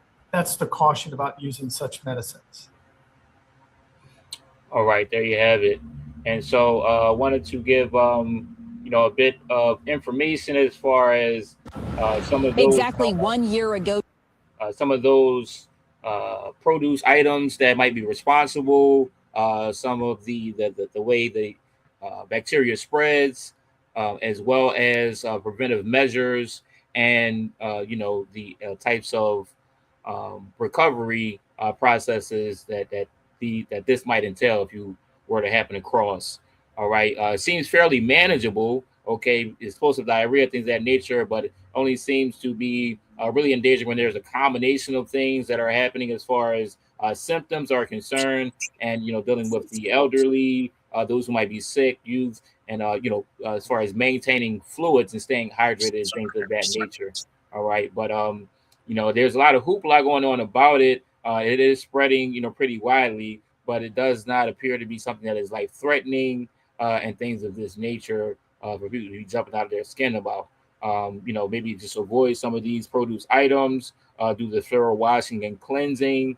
And also, I think one of the things that he did not mention is the fortification of one's immune system.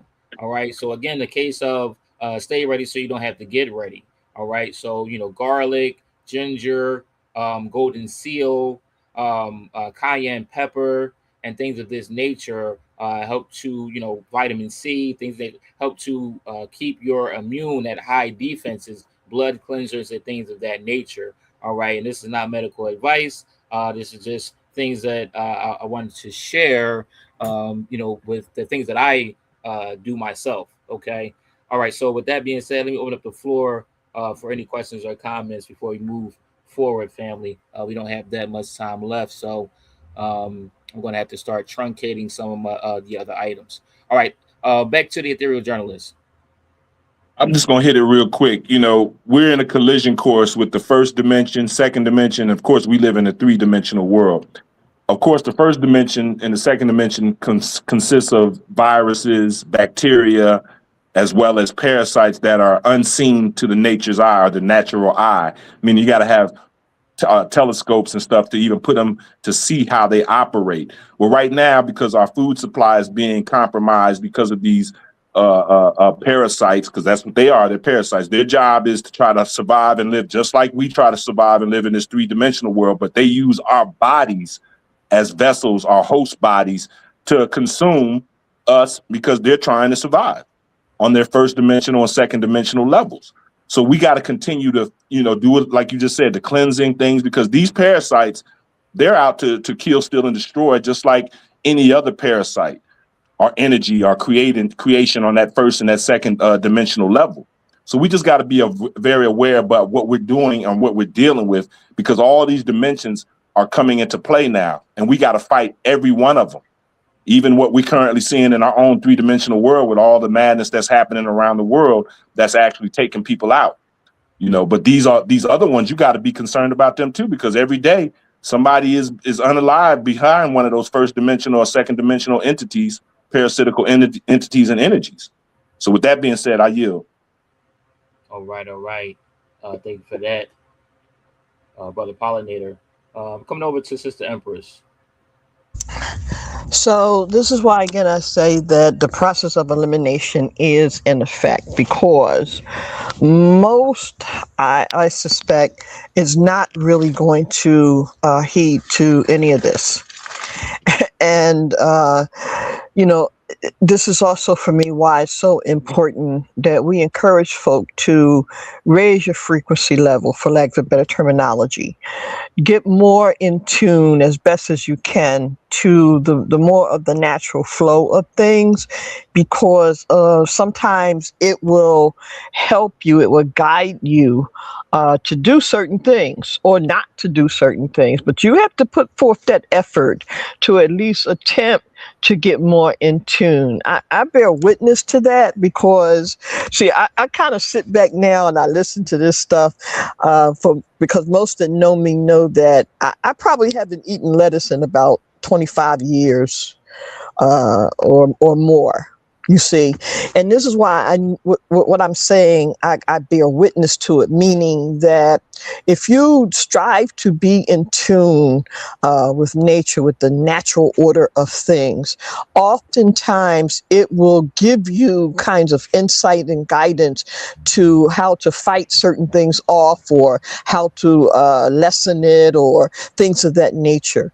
While I do eat berries, but again, a lot of the vegetables that people consume, I don't mess with any of that, particularly if it doesn't have a seed. You see, and again, that's not for me a fad or anything like that. That's just some basic common sense stuff. So again, the process of elimination is in. And we're going to see more and more things begin to manifest. But I find it so interesting. They're targeting produce, fruit and produce, but yet you will rarely hear them tell you not to eat meat. You see. I find that very interesting, and you all should too. And see, the deep part about that is this is a saying that I say to people: if it's dead, what can it get? What can it do for you? Mm-hmm. You see, just think about that. If it's dead, what can it do for you, or what will it do to you? You see. So some of this is not rocket science, and I'm not trying to, tell anybody what they should or should not do or eat. I'm just saying we have to think now to a greater extent. Years ago, our people did not, they weren't capable, they weren't able to do certain things. They just weren't allowed to not do certain things, or had to do certain things. That's not the case now. And best believe people are going to pay a price. Ignorance is not bliss. Ignorance is not bliss, believe me. It's just like they say that, you not knowing the law or some stuff is no excuse or some stuff like that. That's what this is. It is not going to work anymore. So again, family, let's strive. Put it in your brain and in your being that you are going to at least make an effort to develop to the next level. Hey, real quick on that, Captain Cage, I'm just going to say this real quick about some of the things that, as a solution. The sun is a natural cleanser. It's a natural disinfectant. I encourage people to sunbathe because what the sun does is it ups your vitamin D, it protects your immune system, and it kills bacteria and things. I'm not giving any medical advice. I'm just telling you what works for me. I didn't catch COVID.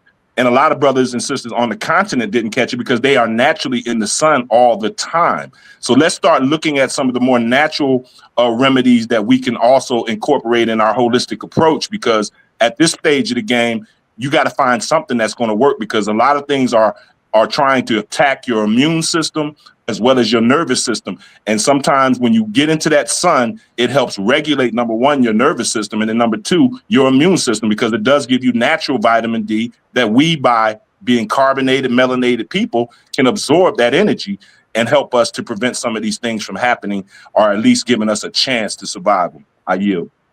Absolutely. Thank you for that addition, Sister Empress and Brother Polliner. Okay. All right, share my screen here. Now, speaking of things to avoid, all right, still following in that same vein of optimal health and wellness, these are some things that the caption here says, my mom doctor said no to these products. All right, let's take a listen. That my doctor mom is not letting me use in the household because they can literally cause cancer. The first thing is CeraVe. One of the most popular skincare brands, CeraVe, is under 6 federal lawsuits right now for putting harmful carcinogens into their products. The second thing is no bacon, sausage, lunch meat, or deli meat. They're considered a #1 carcinogen. Also, the Meat in America is being sued. If you ever bought meat in America, you can actually sue the big companies right now. It's a $50 no-proof lawsuit. The third is no Driscoll strawberries. They've been putting 12 pesticides in them directly linked to cancer. No Colgate or Tom's toothpaste. Both have high levels of arsenic linked to lead poisoning and cancer. This lawsuit pays $400 and forms are right here on the Claim Hunt app. And no Starbucks coffee. Starbucks coffee beans were found to have VOCs in them, which are linked to cancer. If you ever bought Starbucks, you can join that lawsuit too. Join these lawsuits because the money you don't claim will go back to the company or the state. Here are 3 new things that my doctor mom is not letting me use. All right, stop the screen share there. Okay. Let me come to the theory journalist. Any additions on this? All right, we got to keep it brief though, family, because we're running. Self-explanatory. Keep it moving. All right, all right. Sister Empress, you want to touch on that? All right, just good information. Thank you for that, because one of those I do use, and I'm going to look further into it. Uh-oh. So yeah, that's why I wanted to make sure we, sharing some of this information, family. And for those who are curious, I know some might be, well, what was she actually squeezing into that bowl? I did follow up and do the research. Apparently, it was watermelon that she was squeezing the juice from and attempting to make a natural hair/food coloring dye. All right. So, but also people were saying that it's a technique that is utilized in order to keep people's attention, because people have such a short attention span. When you're doing things with your hand while you're talking, it actually keeps people attention more. All right. Right. Just for anyone who was wondering. All right, that's what that was all about. Okay. Now I'm going to kind of go rapid fire through some of these next stories. These are kind of readers. So I just want to keep people aware. We just want to keep people aware of some of the technology, some of the emerging and developing technology that is at our doorsteps, that is at our forefront, and that is actually, in some cases, currently being utilized and launched. All right. So let's run through this real quick, and then we'll get to our aspect of ethereal inspiration and get up out of here for this evening. All right. Thank you all for tapping in and tuning in. All right. Let me share my screen on that note. So, we work on providing everyone with a wide variety of information. All right. So that, it can be a holistic type of aspect of things that you are aware and knowledgeable about, so you can be as empowered as possible. Okay. So this story here, this startup wants to use space mirrors to light up Earth at night. Feds just said, go ahead. All right. Now, just based on some, I'm not a, biologist, things of this nature. But just based on some basic principles, circadian rhythms, night and day, light and dark. This seems to be something that is going to throw things out of whack. Okay. So, that's just the first thing that came to my mind when I saw this story. Okay, so there's a point in time where things are supposed to be dark. Okay, it is of the natural flow of things. FCC approved Reflect Orbit's prototype satellites launched to test reflecting sunlight to Earth using 59-foot space mirrors. Company plans to deploy up to 50,000 satellite, creating illumination brighter than moonlight across 3-mile areas. Astronomers warn the constellation would severely impact observations, potentially ruining every image from some telescopes. Intended use includes disaster relief, agriculture, extended industrial hours. I heard that the most. Extended industrial hours, so people can work more during the night, okay? And defense operations. Reflect orbital promises to avoid observation and maintain full control to disable mirrors when needed. All right, I'm going to run through the rest of these stories, then I'll come back to the ethereal journalists for their additions on these. All right, that is space mirrors, family. All right, scientists are testing a new underwater habitat where humans can live on the ocean floor. The strange and the fiction, family, and I just want people to be aware. All right, Vanguard Underwater Habitat deploys 60 feet under Florida Keys, first U.S. open ocean habitat in 40 years. I wasn't aware that there was ocean habitat prior. All right. Aquanauts can live underwater for 5 days, studying marine specimens without decompression related data corruption. All right. Nitrogen saturation allows extended dives. after 24 hours underwater, enabling hours-long seafloor work daily. Partners include defense and energy sectors, focusing on human-machine teaming and autonomous underwater vehicles.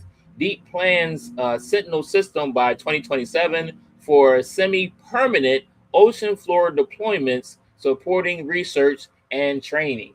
All right, appears to me that there is. Oh, I didn't share the tab. Let me hit. Okay, that is it. That is this story. Okay, scientists are testing a new underwater habitat where humans can live on the ocean floor. All right, family. So sounds like if conditions worsen on the Earth with it, which they are appearing to do so, that folks are looking for other habitats in order to inhabit. All right, they try with Mars, and that seemed to be a complete failure and disaster. Okay, let me keep it moving. All right, this is on another flip note on just the science and tech merge. Scientists wipe out 99% of cancer cells in the lab using vibrating molecules. This is very interesting. Molecular jackhammer technique destroys 99% of lab cancer cells using light activated vibrating molecules, curing half of tested mice. Amino cyanide molecules vibrate 40 trillion times per second when stimulated, physically tearing apart cancer cell membranes within minutes. Near infrared light penetrates deep into the body. Mechanical action prevents cancer cells from developing treatment resistance. Low dose molecules show minimum toxicity and clear quickly from normal cells, with multiple variations now in development. All right, let me keep it moving. This story is scientists say this new technology can remove over 90% of microplastics from water. Very, very interesting story because, there's like Plastic Planet. There's a lot of microplastics that are happening all throughout. All right, in the water, in the air, it is everywhere. Okay, because of the mass production of plastic products. All right, and it is biodegradable. All right, new micro nano bubble technology removes over 90% of microplastics from wastewater and laboratory tests. The method removed 95% of polyethylene and 97% of polystyrene from water samples. Nano bubbles clump microplastics together while microbubbles float them to the surface for removal. Technology could potentially filter drinking water, though additional testing and optimization are needed. Reducing plastic use and preventing microplastics from entering the environment remain essential protective measures. All right, moving forward. Uranium eating bacteria leave just 5% of radioactive metal in toxic mine water, scientists discover.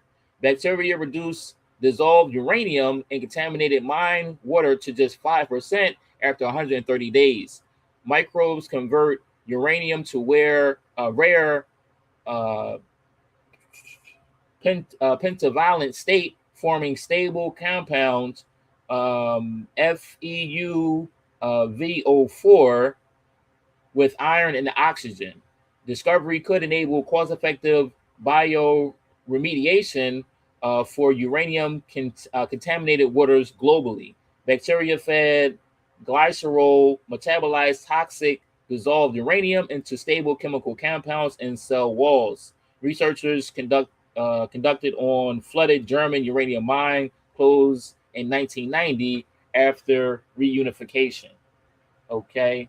And lastly, but not least, family, for our weird tech, scientists reveal how China could beam energy across the moon with laser precision.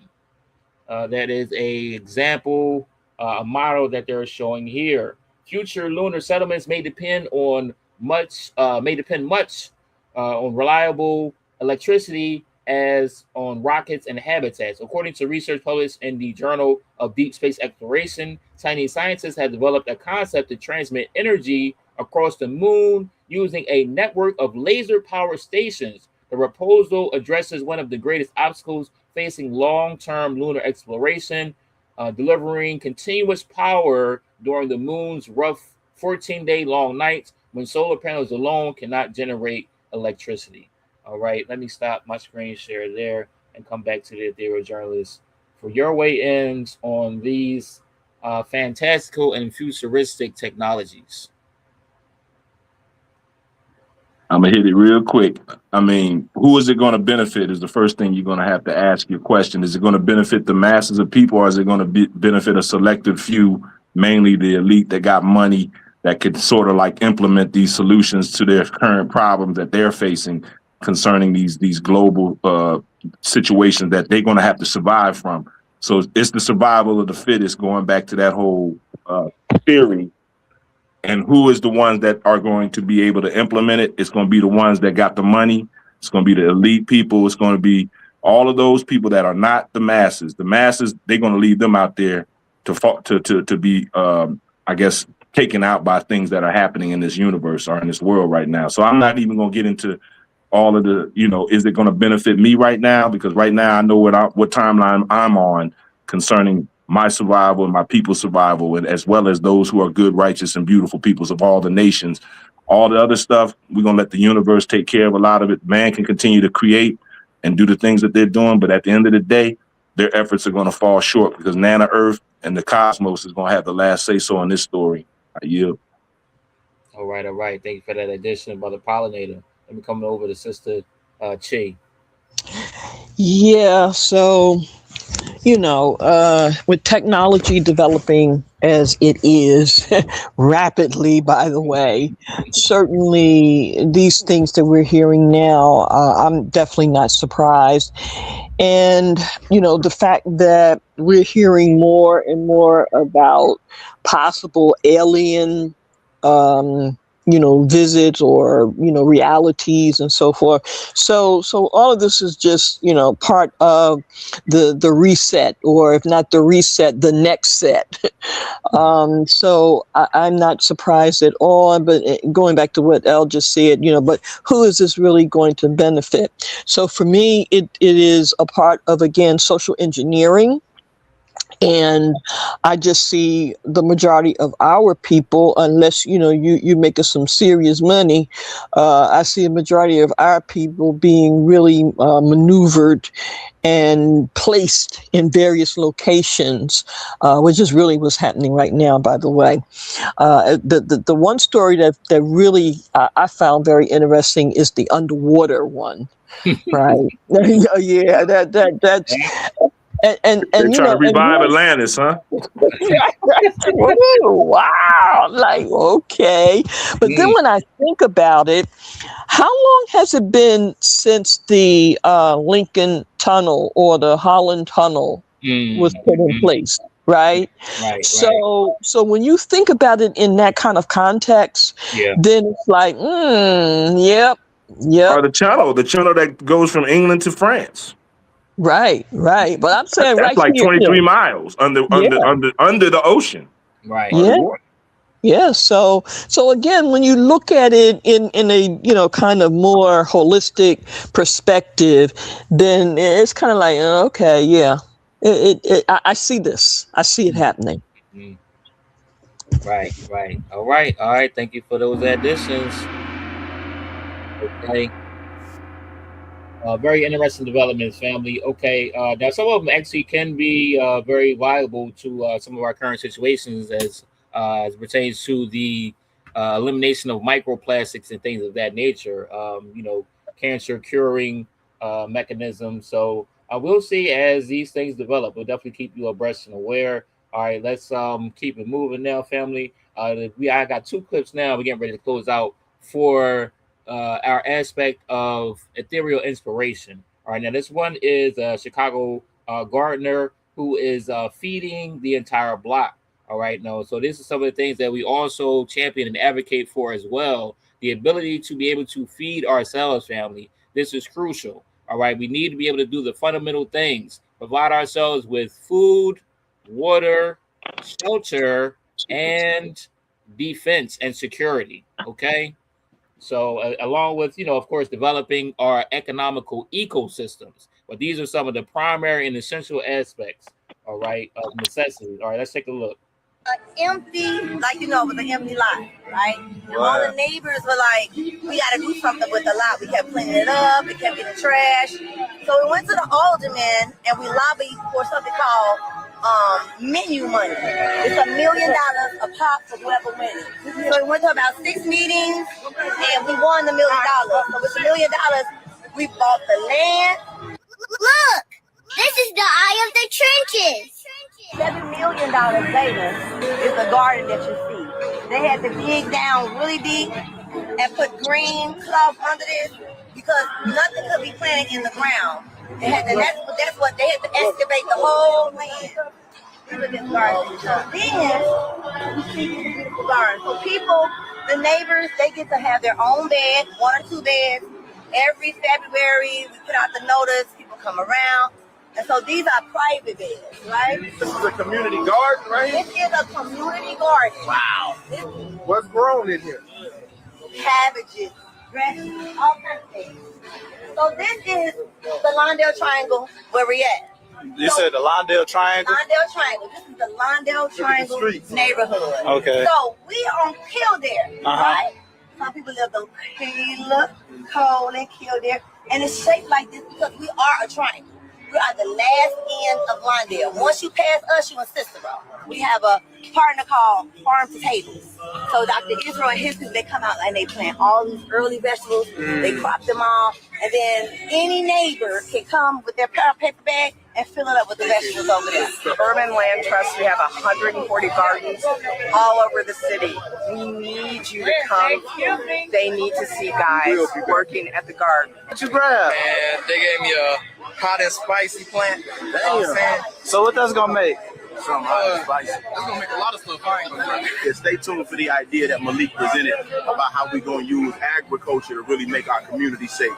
Big unity. But listen, the reason we got this is because we asked. The reason that we're able to use the property over there is because they asked. If you ask not, you get not. We can't be afraid to walk up to another brother and ask them in goodwill, do you want to do this with me? Do you want to do this for me? Can you do this? Look, this is the eye of the trenches.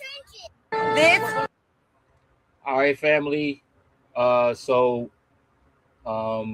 Super important. Just some things to think about, and some things we can build towards, some things that are absolutely crucial and necessary within our communities. All right, dealing with the agriculture. Okay. So we have to be stewards once again of the land, family. All right, and making sure that we taking care of Nana Earth. You know what I'm saying? So she can continue to take care of us. All right. So I got one more story with the Ethereal Inspiration, and then we're going to come back to the Ethereal Journalist and close out for this session, for this episode, for this evening. Ladies and gentlemen, meet this young fashion designer. See what is about to happen. That's her name. That's she showing us her name. Yes, you will be shocked the number of outfits that will come outside from this particular outfit. She's about to unleash the first one. Just take a look at this. Who would have thought that there was a skirt under the... As I'm looking at this lady, she should be representing Africa all over the world. People in America should come and see. Oh, people in Canada, come and see. People in UK, come and see. Oh, we need to know this girl one-on-one. No, we need to know this girl. This is awesome. I don't think I've seen anything like this before in my entire life. She's about to unleash another. She has unleashed like 2 now. Just keep watching. Everybody's shouting, everybody's clapping. Oh, no. My sister, I can see you. I can see you. I can see you. Please keep watching, keep watching. See, who would have thought this was not a full blouse? Wow. Can you imagine? Now she's about to turn it into some... Oh, so it's actually front and back. You can wear the front, you can wear the back. My sister, this is not just ordinary talent. This is extraordinary talent. What? what is about to happen? Ladies and gentlemen, let's keep watching. Let's keep watching. She's about to remove that bit. Wait, my sister, wait now. Wait, what is happening here? I can't take this. Everybody's shouting. I'm sure everybody's clapping, shouting that what kind of fashion designer is this? People cannot hold it any longer. They have to come and start spraying her money. Can you see how simple, how lovely this dress looks? Who is that female fashion designer in Nigeria? Who is that female fashion designer in Nigeria? Who is that fashion designer in Africa that want to compete with this? Who would have thought that she could turn this into a short dress? Oh, no, my dear sister. No. This is amazing. This is awesome. And she has a very good shape, very good physique. I'm telling you, wow, such an African queen. Trust me, Africa should be proud of you.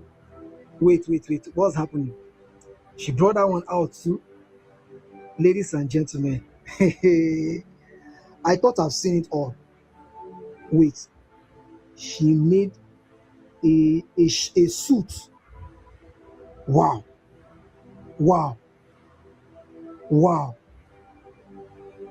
My sister, I think this is the final one. I believe this is the final one. This is actually the final one. Wait, just keep watching. This is the final one. Trust me. Don't tell me you plan on showing us something else. That's her letting us know her name. Oh, my dear, we are impressed. Even if you don't show us any other outfit again, we are impressed. You can be going home from here. I say we are impressed. My dear sister, what else can you do from here? What else can you do from here? This lady has given assignments to a lot of fashion designers in Africa. Wait. Don't tell me there's a 3/4 under that short skirt. Trouser. Wait. What's happening here? What? Ladies and gentlemen, please celebrate talents.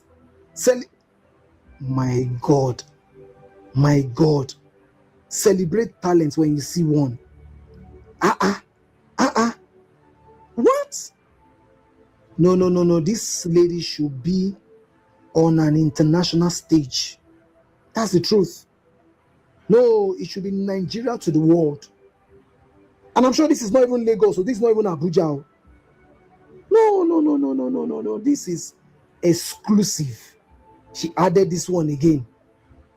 Every particular style that she made was inside the clothes she's wearing from the beginning.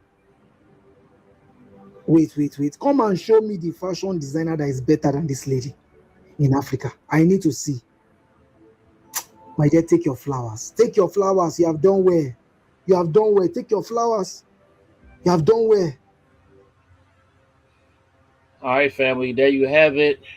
With our aspects of ethereal inspiration. All right. So get out there and create, innovate, elevate. All right. Let me come back to the ethereal journalist for addition with these two aspects of ethereal inspiration before we close out this evening. I love the fact that they had the beautiful grass runway. The Nigerian Fashion Week showcase. Come on. They in tune with Nana Earth. Listen. They in tune. They connected to everything that we are supposed to be doing, not this concrete jungle stuff that they do at New York Fashion Week. That was right there, pure essence, like you said, innovation, and the creator or the creatress. She was like, man, she had some stuff coming out the woodwork, didn't she? Hey, listen. That just goes to show you our genius, that inherent genius within us, so that's we got to reach in and pull out. I mean, yeah. And the commentary was just like, you know, better than Howard Cosell. Oh, he was funny. He was just funny. Or better yet, RuPaul and all them other ones that be doing the commentary on the runway stuff. You know what I mean? Let's not go there. Let's not go there. I know, right?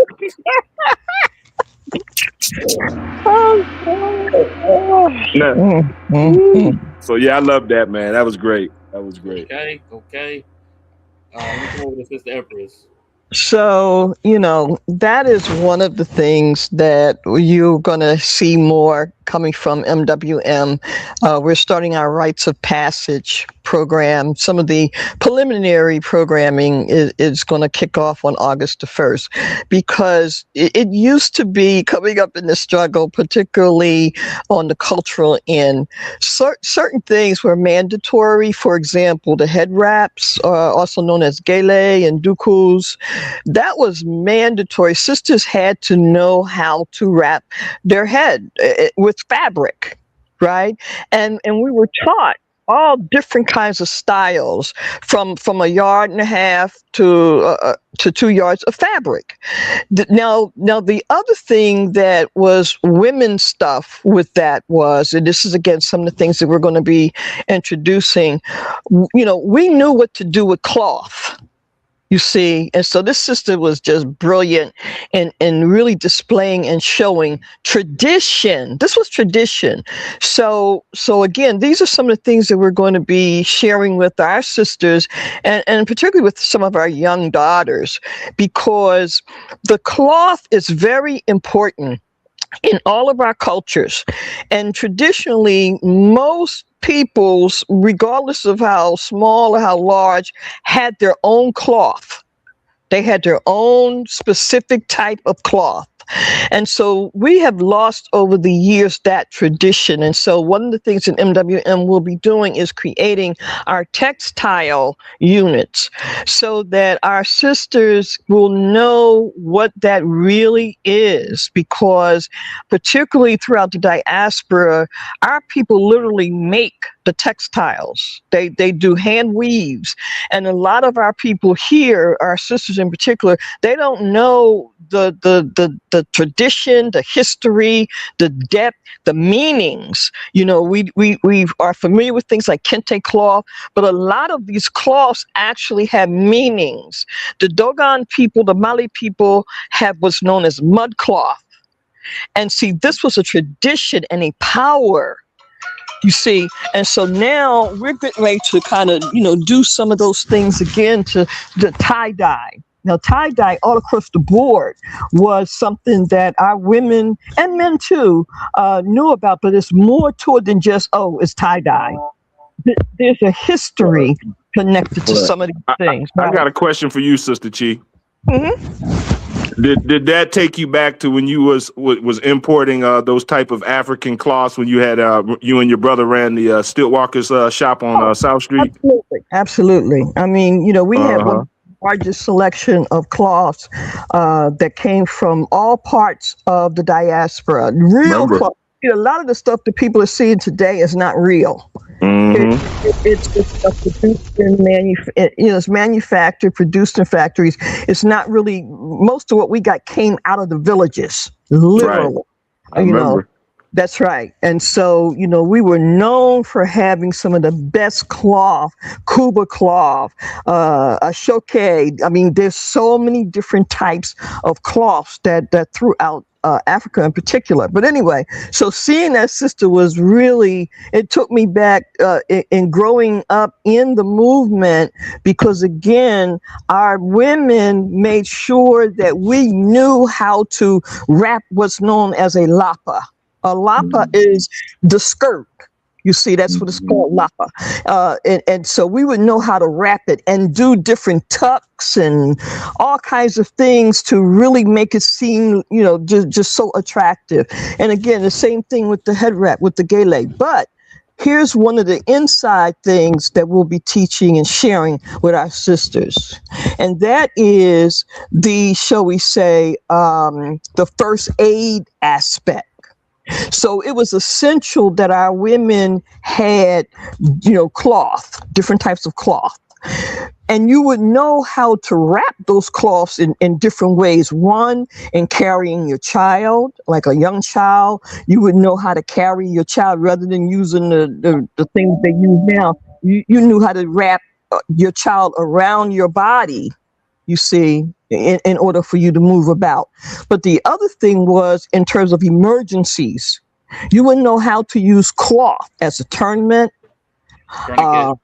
A tourniquet, and other kinds of things. We were taught these kinds of things in the context of. So it wasn't just a clothing item. It was also things that we use fabric for in order for day-to-day kinds of other interactions and so forth. So we'll go more into that at another time. But man, that was beautiful to see.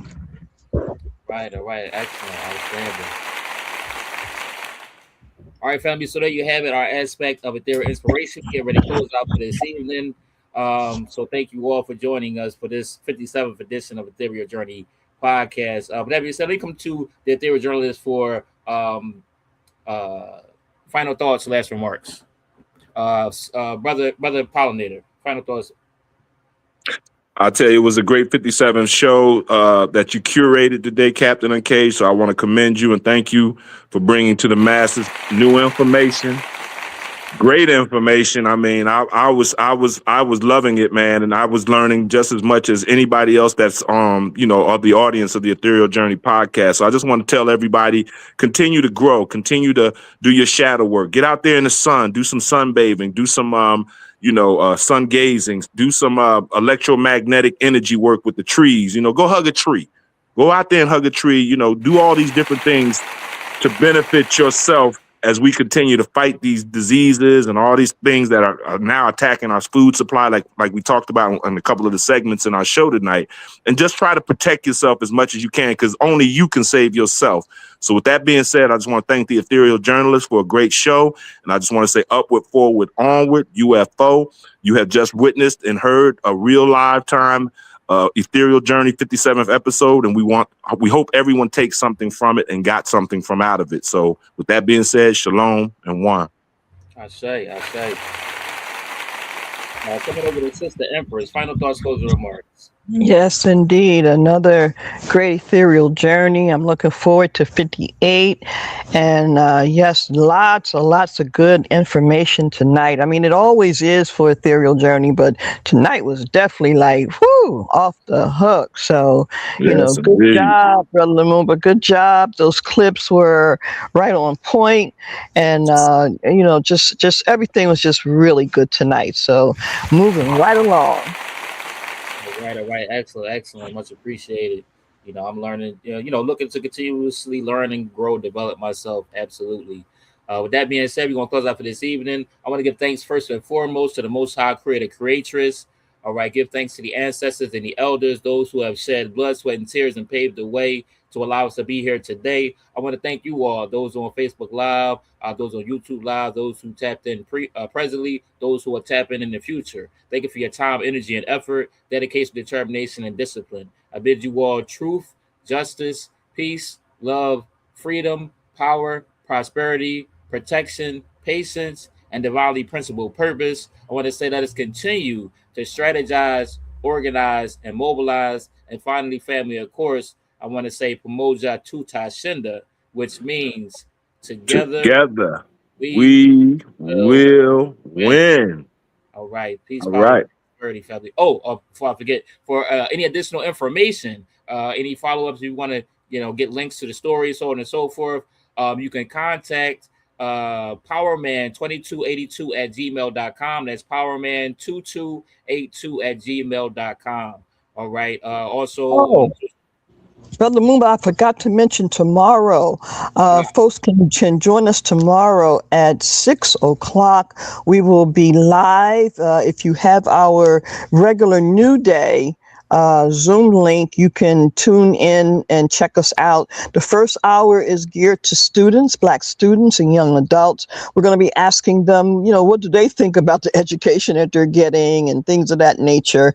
And then the second part of it, which will be from 7 to 8, is for everyone, for our all of our extended family to start, looking closer at what we're going to do, what's some of the things that we're literally planning to now do. So that's from 6 to 8 tomorrow. Starting at 6, we'll be on Zoom. And if you're in the Philadelphia area, we will be at 1407 North 60th Street. Again, I'm sorry, 1401 North 50th Street, 60th Street. It's actually 1401 227 North 60th Street here in Philly. And again, you can catch us on Zoom, our regular New Day link.